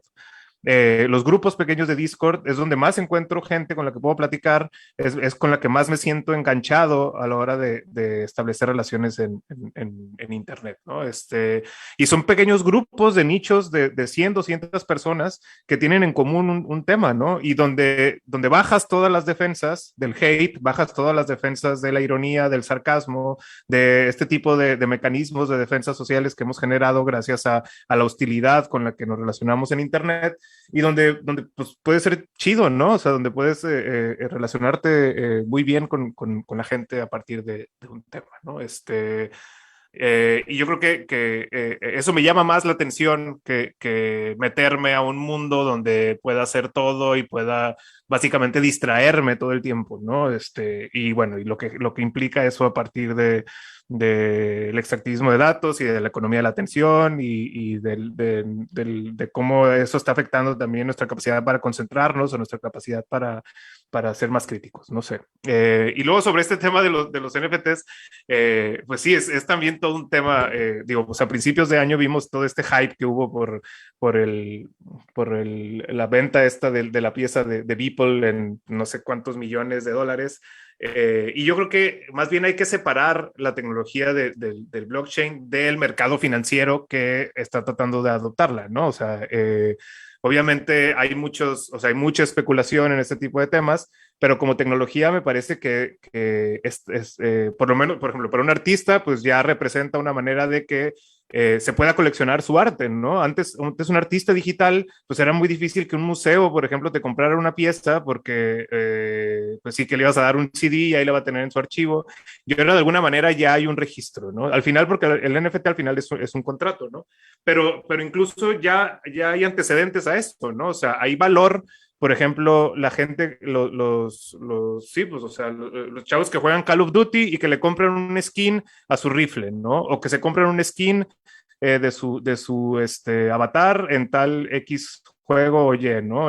O sea, siempre ha habido, bueno, no siempre, pero desde hace tiempo ha habido ya valor en los assets digitales, en los bienes digitales ya ha habido valor monetizado y monetizable, ¿no? Simplemente ahora pues también hay un registro de cómo se puede vender y que tú también lo puedes revender y a lo mejor a ti también te puede generar regalías, etcétera, lo cual me parece bueno, ¿no? Pero como todo, pues llega obviamente el capitalismo y lo quiere cooptar y empieza este tipo de especulaciones y luego ves este tipo de precios exorbitantes que a mí me parece que no corresponden con la realidad. Y que al final pues se lo queda todo la persona, el pionero y luego todos los que siguen pues ya no les toca ese tipo de ganancias, ¿no? Y pues sí, pues no sé, o sea, yo creo que vamos también un poco para allá, ¿no? Más bien, por eso al final hablaba de lo de las DAOs, de pensar más bien los NFTs, de pensar los tokens de blockchain, más bien como permiso para votar, por así decirlo, ¿no? O sea, tú compras un token para una comunidad y eso te da voz y voto en lugar de establecer una economía cripto en el metaverso, donde básicamente lo que vas a hacer va a ser comprar lo mismo que ibas a comprar en Amazon, pero nada más desde tu jueguito, ¿no? O sea, no sé, yo creo que, que va a haber contrapesos, pero bueno, no sé cómo se va a desenvolver esto en el futuro, ya veremos. Sí, y creo que es súper interesante ver cómo ya se está desarrollando y se desenvuelve, ¿no? Yo la verdad es que ni por acá estaba pensando que Neopet se iba a ver afectado, pero la respuesta de los usuarios ha sido como de hacer como la propia, como sacarle la vuelta y pensar que también podemos como crear nuevas mascotas sin comprar, sin hacerlo por medio de criptomonedas. eh, como otra manera de usar el blockchain, ¿no? Que me pareció también súper genial porque ahí lo he aprendido a usar realmente. Yo solamente conocía por videitos que había visto como cómo funcionaba, ¿no? Entonces eso también ha sido como súper chévere poder como usar desde los usuarios, como poder tener esa práctica. Pero Wendy, te quería preguntar, algo que hayas observado, porque ya tienes estos 4 años en YouTube y tienes ya bastante tiempo, ya tienes un buen tiempo siendo youtuber, como dedicándote a esto como profesionalmente y exclusivamente. Y cuando digo profesionalmente, pienso que de ahí sale el dinero para vivir. Creo que a veces sí, con esto entre hobby y profesional no es una distinción sobre la dedicación o el entusiasmo que uno le pone, sino que es más como que tiene que ver cómo corresponde a la economía propia, ¿no?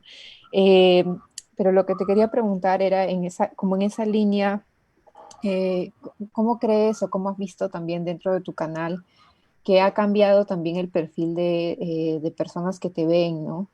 Porque si yo, por lo menos como, como suscriptora, puedo ver que ha cambiado bastante y que se ha diversificado muchísimo. Y cómo eso también lo tomas en cuenta, o si no lo tomas en cuenta dentro de la producción de tu contenido. Creo que sí ha cambiado bastante el contenido y sí siento que a los usuarios que se han suscrito como que de una u otra manera, siento que les ha afectado. Por ejemplo, a veces siento que la gente tiene una idea de lo que ve en internet o te idealiza demasiado, que cuando tú sales de ese concepto les molesta. Y en verdad no es que estás saliendo de ese concepto, solamente te estás mostrando cómo eres o estás diciendo ideas, ¿no? Por ejemplo, hubo un video en el cual hice de opiniones radicales, en el cual hablaba de que estaba a favor del aborto y de que estaba a favor del lenguaje inclusivo y otras cosas de derechos humanos básicos. Y bueno, vio mucha gente que no le gustó eso y comenzó a insultarme y cosas así, pero en verdad no es que estaba yo imponiendo mi idea de que pienses como yo, que simplemente es mi opinión, ¿no? Pero ajá, ahí está la idea de que te digo que han creado tanto una imagen diferente a mí que cuando salgo de ese concepto no soy la Wendy que piensan que soy, pero en verdad sí soy. Entonces sí siento que mis seguidores han cambiado con el tiempo. Hay algunas personas que como igual les ha gustado como que, mira, yo también pensaba así, o qué bueno, o incluso cosas tan chiquitas como que, ¿por qué eres mujer y no te depilas las axilas? Entonces puedes hacer como que, ¿por qué muestras eso en internet? Y es como, es que es mi cuerpo, es normal de que tenga vellos en las axilas, o sea, no, o sea, una vez me pasó que me dijeron, ¿qué te pasó en las axilas? Y yo dije, pues están ahí, no se me han caído, o sea, siguen ahí, no les pasa nada malo, pero ajá, entonces como están tan acostumbrados a ver a la chica del catálogo que tiene 0 vellos o que tiene 0 cositas y que cuando te muestras tan real es como que no me gusta ver esa persona, prefiero seguir a la persona que sigo idealizada en mi mente, ¿no? Entonces, sí, creo que mientras más real te muestres, o bien más gente le va a gustar cómo eres, o más personas se van a dar cuenta de que no, estás alejado del concepto que tenía idealizado de ti. Gracias, Wendy. Y antes de pasar a Víctor, a mí algo que siempre me sorprende de los comentarios que leo es el nivel de vigilancia, ¿no? Que tú también ahorita un poco como del que dices. Y no sé si tiene, yo siempre me rompo la cabeza si tiene que ver con el género de videos lifestyle. Y no sé si tiene que ver con eso de que hay una vigilancia mayor, porque cuando voy aunque no sé, hay como vigilancia, supongo, en otros niveles, ¿no? Por ejemplo, en las transmisiones en vivo que a veces veo de videojuegos, hay una vigilancia más sobre como la tecnología que les rodea, los aparatos y cómo puede descifrar de alguna forma su nivel socioeconómico. Que a mí eso siempre me parece como locurón que estén analizando cuánto cuesta la silla y dónde se la puede haber comprado. Y que probablemente pasa algo, no sé si te ha pasado también, no sé si tiene que ver, quiero seguir descifrando con esta necesidad de decodificar todo lo que está en este pequeño cuadrado, ¿no? Particularmente en YouTube. Eh, y sí, también lo que dices como sobre lo real, o sea, creo que a mí también eso como me fascina de pensar dentro del género del lifestyle, que hay estas como capas de realidades que yo siento que al medio de ver tus videos como une también descubre, ¿no? A medida de que se va navegando, ¿no? Y bueno, antes de cerrar, voy a pasar la palabra a Víctor para que también atemos y no sé si también tengas algo que responder, Wendy. Víctor. Lo que acabas de decir, que sí, que en verdad no creo que solo pase a los youtubers de lifestyle porque me gustan mucho las críticas de películas. Entonces, como que me interesa las personas que hacen estas críticas, como que voy a sus redes sociales como, no solo YouTube, como Instagram o Twitter. Y ahí te das cuenta que en verdad somos stalkers, como que si nos interesa una persona, como que buscamos sus demás redes y vemos detalles. Y yo también soy así, y luego digo, ¿por qué estoy haciendo esto y las personas me están esto a mí? Y si no solo pasa con los youtubers de lifestyle, creo que pasa en general con todos, somos muy curiosos, somos muy chismosos y podemos ser más chismosos porque existen las redes sociales. Así que pasa en general. Gracias, Wendy. Víctor. Sí, yo quería preguntar algo también a Wendy sobre eso. Precisamente, bueno, tú desde tu experiencia como youtuber y tiktoker, porque es algo que a mí me interesa y es algo que yo estudié para mi tesis de maestría, precisamente estudié también sobre todo estos modos de expresión y de la estetización, sobre todo a partir de Instagram y de YouTube, ¿no? Pero como tú bien dices, en TikTok cambia la dinámica, ¿no? Y ya no es tanto... ya Instagram es incluso muy lento para TikTok, ¿no? Yo entro a TikTok y es rapidísimo todo, ¿no? Y más bien es un flujo, una cascada de imágenes que va cambiando en cada momento cortísimas y ya ahí no es el siempre estar arreglado, que también pasa, ¿no? Siempre estar maquillado o lo que sea, sino como poder estar en el momento haciendo algo y usando creativamente las herramientas, los filtros, etcétera, para hacer el video que quieras hacer, ¿no? Pero yo te quería preguntar sobre cómo piensas tú en tu público, o sea, cómo piensas, o en tus públicos, ¿no? Porque yo hablo de esta mirada abstracta, ¿no? Cada vez que posteamos algo, tú te estás reflejando con alguien, ¿no? O sea, tú te estás reflejando y estás pensando quién quién va a ver tu post o quién va a juzgarte, por así decirlo. Y obviamente pues siempre dices de que no, pues no pienses en eso, ¿no? O sea, tú sé tú mismo y postea lo que quieras y la gente pues te va a odiar o te va a amar, ¿no? Pero aún así tienes como, siempre tienes como esa nube, ¿no? Como de un reflejo con el que siempre te estás, pues sí, reflejando, ¿no? Entonces, más bien te quería preguntar, ¿cómo lidias tú con eso o qué piensas tú acerca de esa mirada abstracta que siempre te está viendo más como una persona pública y si cambia dependiendo de la plataforma o si igual te da igual en cualquier plataforma que sea? Me interesaría saber eso. Y también preguntarle algo a Rafa sobre esto, en lo que está trabajando últimamente el volumen y el poder, ¿no? Porque estaba pensando también, porque generalmente pues, se puede pensar precisamente como en esta misma línea de Facebook, bueno, ahora Meta, que entre más volumen tiene tu compañía o más grande eres o más datos puedes acumular, etcétera, pues más poder tienes, ¿no? Porque tienes mayor alcance, mayor envergadura, abarcas más cosas, ¿no? Pero también estaba pensando en esta idea del capitalismo de plataformas, de cómo hay plataformas austeras que en realidad no tienen un volumen y más bien son exitosas precisamente porque pueden separarse de ese volumen, ¿no? Por ejemplo, Uber o Airbnb, donde ellos no acaparan el volumen de la fuerza laboral y más bien tienen solamente la plataforma y su poder está precisamente en que si tienen una demanda en un país, pues dicen me lavo las manos y me voy. O no sé, o sea, ese tipo de cosas que pueden separarse muy fácil de los lugares en donde operan, ¿no? Y si más bien no es que el volumen sea lo que garantice el poder, sino más bien que el poder, el mantener el poder garantiza el hecho de poder jugar con los volúmenes, ¿no? No sé si es algo en lo que han reflexionado ustedes en su trabajo de investigación. Gracias, Víctor, Wendy y de ahí, Rafa. Gracias. Ya. Qué profunda tu pregunta, Víctor, me encantó. Y creo que en todas las redes sociales me presento de igual manera, pero siempre estoy vigilante, sí. Y es porque en verdad con el tiempo aprendí a tener correa con esto de la malinterpretación y el hate. Obviamente cuando comencé no, porque recuerdo mi primer comentario de hate, me puse a llorar 3 horas y quise desinstalar todas mis redes sociales. Pero luego empecé a tener como más correa y pensar de, ¿realmente tengo que mostrar todo de mí o está bien si muestro solo una parte? Pero como hay tantas redes sociales, en verdad, sin querer, uno muestra todo. O sea, no todo, pero muestra mucho.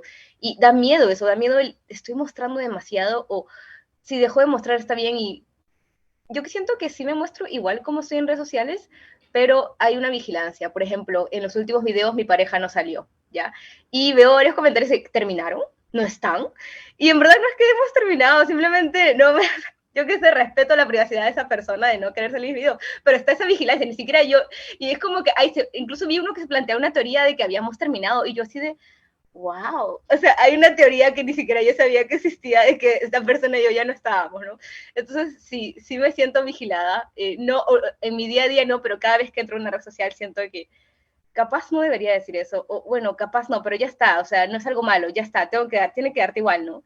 Pero sí, sí hay una presión, sí me siento presionada, o sea, no te voy a mentir y decirte que, ay, no, yo en las redes sociales hago todo lo que quiero, cuando en verdad sí me controlo, no tanto, pero sí me controlo dentro de lo que puedo decir o lo que la gente puede tergiversar, ¿no? Y sí, eso es. Sí soy la misma en YouTube y en Instagram y en Twitter. Trato que sea igual, porque también pienso que la gente se desensañaría si me ve en persona y es una persona completamente diferente a que soy en las redes sociales, ¿no? Como que no eres la misma. Pero sí, sí trato de siempre ser como la misma persona o trato de estar igual en todo. Claro, gracias. Qué lindas son sus webs. No sé si lo dije eso suficiente. Ojalá que lo voy a poner ahí, pero en verdad yo estoqueo por webs. La verdad, yo no estoqueo por Instagram porque siento que la web tiene algo súper, súper privado e íntimo, como radical, de cómo estructura como tus ideas y lo que quieres mostrar y no, que siento que, no sé, pero yo también amo las webs, yo soy súper, súper vintage. Me acuerdo que hace poco me dijeron, ¿para qué es web? Solamente pon tu link a Instagram y es todo bien, ¿no? Y yo en Instagram en verdad tengo más fotos de yo y mis perritos, más que de yo y mi chamba, ¿no? Entonces, pero bueno, eh, Rafa, no sé si querías como continuar también respondiendo a lo que comentó Víctor. Sí, claro. Claro, yo creo que igual esta pregunta del volumen y el poder nace de una crítica, ¿no? Nace de una crítica además como muy como desde la diversidad, justamente, ¿no? Como tratando de convocar a la diversidad, ¿no es cierto? Que tiene que ver con la posibilidad de cambio y con lo diferente, ¿no? Que es un poco lo que dices tú de estas compañías que tienen como la posibilidad de, no me acuerdo qué palabra usaste, pero como el cambio, como el poder, ¿no es cierto? Como la mutabilidad como el poder y no tanto como... Y esta pregunta nace un poco de eso, ¿no? Como de, a ver, puede ser que haya gente a la que estar en un concierto le venga bien, que el parlante le reviente el sonido en la oreja, ¿no? Puede ser que haya gente que estando en una exposición visual le venga bien la luz, la imagen y el strobo, pero puede ser que haya gente que no, ¿no? Entonces viene un poco desde ahí la pregunta justamente, ¿no? Y creo que claro, es como totalmente, ¿no? Yo creo que, o sea, totalmente creo que el poder en realidad está en la capacidad de oscilar, ¿no? Y sobre todo como actualmente, ¿no? Creo que el poder está, y vuelvo a la idea de lo líquido, que es algo que hace un montón de tiempo se me quedó, ¿no? Como, creo que el poder justamente está en esa como, liquidez y no tanto en lo sólido y como no sé, como puesto en el piso de una manera tan dura como empresas como estas, ¿no? Facebook y las empresas como nuestros gobiernos, ¿no? O sea, pero sí, totalmente, totalmente. Me parece que justamente es el poder, ¿no? Y creo que tiene que ver o sea, incluso con la identidad, ¿no es cierto? El poder de manifestarse de una manera masculina, manifestarse de una manera femenina, oscilar entre espectros. Creo que ahí hay algo interesante y que además cumple con esto del hackeo y la rebeldía, y creo que es por ahí, ¿no? Y bueno, yo había pensado, no sé si puedo, pero yo, más allá de toda la info, que además debo confesar que he tomado algunos screenshots, no sé si esté bien, pero lo he hecho. Este, sí, lo he hecho, no sé. Me dicen y los borro, pero es que hay un montón de información muy increíble, y quería además preguntarle, o como saber qué piensa Wendy, como de la cultura de los avatars, ¿no? Y como de su experiencia, qué piensa ella o cómo puede ella tal vez anticipar que ella se vincularía con un metaverso como es lo que sabemos que viene o puede ser hasta ahora, ¿no? Un poco como lo que decía Víctor de Zuckerberg vistiéndose igualito como estaba en la vida real, ¿no? Y que eso, claro, es como medio, no sé, pues qué adjetivo ponerle, ¿no? Pero como qué pensaba Wendy de todo esto, me parecía interesante. A ver, gracias. Yo siento que es una linda forma de, por ejemplo, si es dentro, por ejemplo, dentro de una comunidad, yo sí uso avatars porque juego videojuegos, lo que pasa. Entonces, siempre, ahora que me lo pongo a pensar por lo que dijo Víctor, es que siempre a mi muñequito le pongo la misma ropa que yo tengo en la vida real y le pongo mi pelo, incluso le pongo lentes y compro los lentecitos y es como que en verdad quiero que se desemeje muchísimo a mí. Y si hablamos de que, por ejemplo, en un metaverso de Facebook en el cual, por ejemplo, yo puedo crear mi avatar y como Cepeto, no sé si escucharon de Cepeto, de que era una aplicación en la cual tú creas tu avatar y la gente venía y se podía tomar una foto contigo, y en verdad eso ayudó mucho a la comunidad de youtubers, influencers, de sentir de que estaba más cerca, y los fans como sentir que podemos conectar con esta persona y tomarnos una foto con esta persona porque luce, o sea, es un avatar pero luce como esta persona, entonces me estoy tomando una foto con esta persona. Entonces siento que en verdad los avatars como que dan mucha cercanía a las personas con los demás, ¿no? Incluso puede ser no solo fan, sino alguien que está súper lejos o una relación a distancia que tienes, como que si esa persona se crea un avatar de esa misma y tú de tu propio ser, como que siento que hay más cercanía. Y eso me parece increíble, que puedas reflejarte en un muñequito en internet que se asemeje a ti, me parece súper cool, me parece que es una nueva forma de conectar más a las personas. Gracias, Wendy. Sí, a mí también me encantan los avatars, pero en verdad no sé, creo que ya después de la pandemia yo ya estaba tan harta de lo digital y la verdad es que solamente quería que que alguien me abrace, y esto puede sonar súper needy, pero es la verdad, como necesitaba esa sensación áptica de poder sentir que tenemos piel, que somos reales, ¿no? No sé si han sentido lo mismo, pero siento que es algo como una vacilación entre la pandemia y también pensar como que creo que eso también fue un problema, por lo menos para muchos investigadores, y creo que es algo que también se mencionó en los otros dos webinars, de que si bien lo digital ofrece muchísimas posibilidades, la pandemia se configuró casi como la única, entonces se convirtió en como campo como casi sobrepoblado, ¿no? Entonces sentí un poco como demasiado. Pero bueno, ahora que con un poco más de distancia y sin como algún tipo de cuarentena tan obligada o tan dura, creo que las cosas también podemos verlas de otra forma. Pero bueno, no sé si tienen alguna otra pregunta que quieran hacer o soltar. Y bueno, ahí yo dejo sus páginas, su web y sus canales. Wendy, sí, tienes que prender tu Siempre se micro, lo Wendy. mando para hablar universidad. Quería hacerle una pregunta a Víctor que me gustó también mucho, también tú me escribís igual que Rafa, acerca de cómo presentaste cómo era el internet desde antes y cómo las cosas que en verdad nosotros pensamos, uy, recién ha salido esto, en verdad alguien lo pensó hace miles de años, ¿no? Hace 10 años, ¿me entiendes? Pero claro, para los millennials, los centennials es como que, eso es nuevo, pero ahora no es nuevo. Tú que has visto, Víctor, que has estudiado de cómo era hace 30 años incluso, ¿cómo crees tú que sea de acá a 30 años el Internet? ¿O cómo crees que se mueva de esa manera? ¿O cómo crees que las personas lleguen a interactuar de acá a 30 años? Híjole, está fuerte, ¿no? Pues no sé, porque sí, o sea, si te pones a pensarlo, cómo ha cambiado todo en un periodo, en un lapso histórico minúsculo, o sea, no sé, también si haces un zoom out, por así decirlo, a la historia, 30 años no son nada, ¿no? O incluso 50 si queremos pensar en el ARPANET o en lo que precedió al Internet que tenemos ahorita, ¿no? Y 30 años más, pues no sé, o sea, podríamos pensar que estaríamos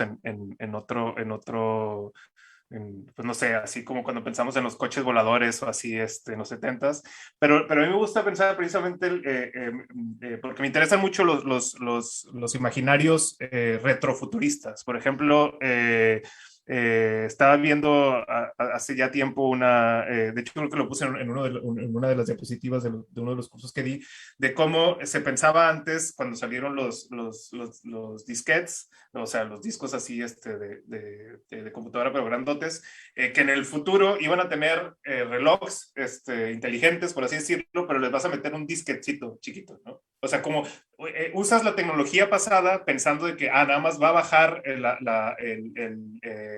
tamaño y vamos a tener ahora relojitos y le vas a meter un disquete, ¿no? Y ni siquiera en el presente se utiliza eso, ¿no? O sea, entonces lo que tú piensas que va a avanzar o lo que tú piensas que va a estar en el futuro, a lo mejor no va a estar, pero otras cosas sí, ¿no? Entonces, no sé, digo, yo en 30 años a mí me encantaría pensar en una mayor simbiosis transhumanista, pero sin la ética de Silicon Valley de tratar de superar la muerte, etcétera, ¿no? Que yo creo que eso es a lo que yo me opongo, ¿no? Y es algo que discutimos con Giselle también en uno de mis cursos, que yo no creo que sea posible reducir la vida o lo humano o la realidad como tal a lo digital. Yo no creo que sea posible una duplicación digital de todo, simplemente porque el código de lo digital es binario y nuestra realidad es analógica, es continua, ¿no? Entonces, cuando tú piensas en la computación, piensas siempre en un sí y en un no, ¿no? Entonces, todo se tiene que ampliar y todo tiene que ser un 1, un 0, ¿no? Pero no sé, a lo mejor yo lo digo esto ahora, pero no sé si con la computación cuántica eso cambie, ¿no? Y podamos tener unos y ceros simultáneos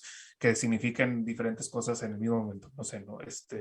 Pero no sé, bueno, yo creo que eso sí, la computación cuántica a lo mejor en 30 años ya nos va a pensar en otra cosa y a lo mejor sí vamos a pasar nuestra vida en un ambiente digital y vamos a hacer como la Matrix, que nada más vamos a estar reposando vamos a hacer baterías para la inteligencia artificial, no sé, quién sabe, pero buena pregunta, gracias. Gracias, Víctor. Gracias, Wendy. Gracias, Rafa. En verdad, súper chévere. No sé si tienen alguna otra pregunta. Yo sé que ya estamos con el tiempo. Pero igual lo que yo iba a decir es que ahí dejo sus páginas web, sus canales, para que ahí vean sus chambas, su contenido, y es fácil ahí si se quieren poner en contacto a alguien de quien nos está viendo, también lo haga, ¿no? Porque me imagino que por allá en casa también tienen un montón de preguntas. Yo también, literal, he llenado como 4 páginas de preguntas, pero me doy cuenta del tiempo también. Sé que ya es bastante demandante para todos que nos ve. Así que, a manera de cerrar, solamente les quería agradecer de nuevo a Víctor, Wendy y Rafa por acompañarnos el día de hoy. Muchas gracias por compartir tanto, muchas gracias por todas sus presentaciones, en verdad, han estado súper, súper chévere, súper, súper hartas de contenido, que siento que vamos a seguir como pensando hacia todavía el siguiente webinar, que nos espera ya el cuarto webinar hacia el próximo jueves, y estaremos con WinCamps, eh, Sofía Pichiwa, Vania Castagnino y Mateo Alaiza, y estaríamos hablando de esports y videojuegos. Así que ahí con eso ya cerramos el encuentro, pero sí. Entonces, muchas gracias, en verdad, por vernos el día de hoy. Gracias, Víctor, gracias, Rafa, gracias, Wendy, de nuevo. Gracias infinitas, en verdad, ha estado muy chévere. Y bueno, ahí ya nos vemos el próximo jueves.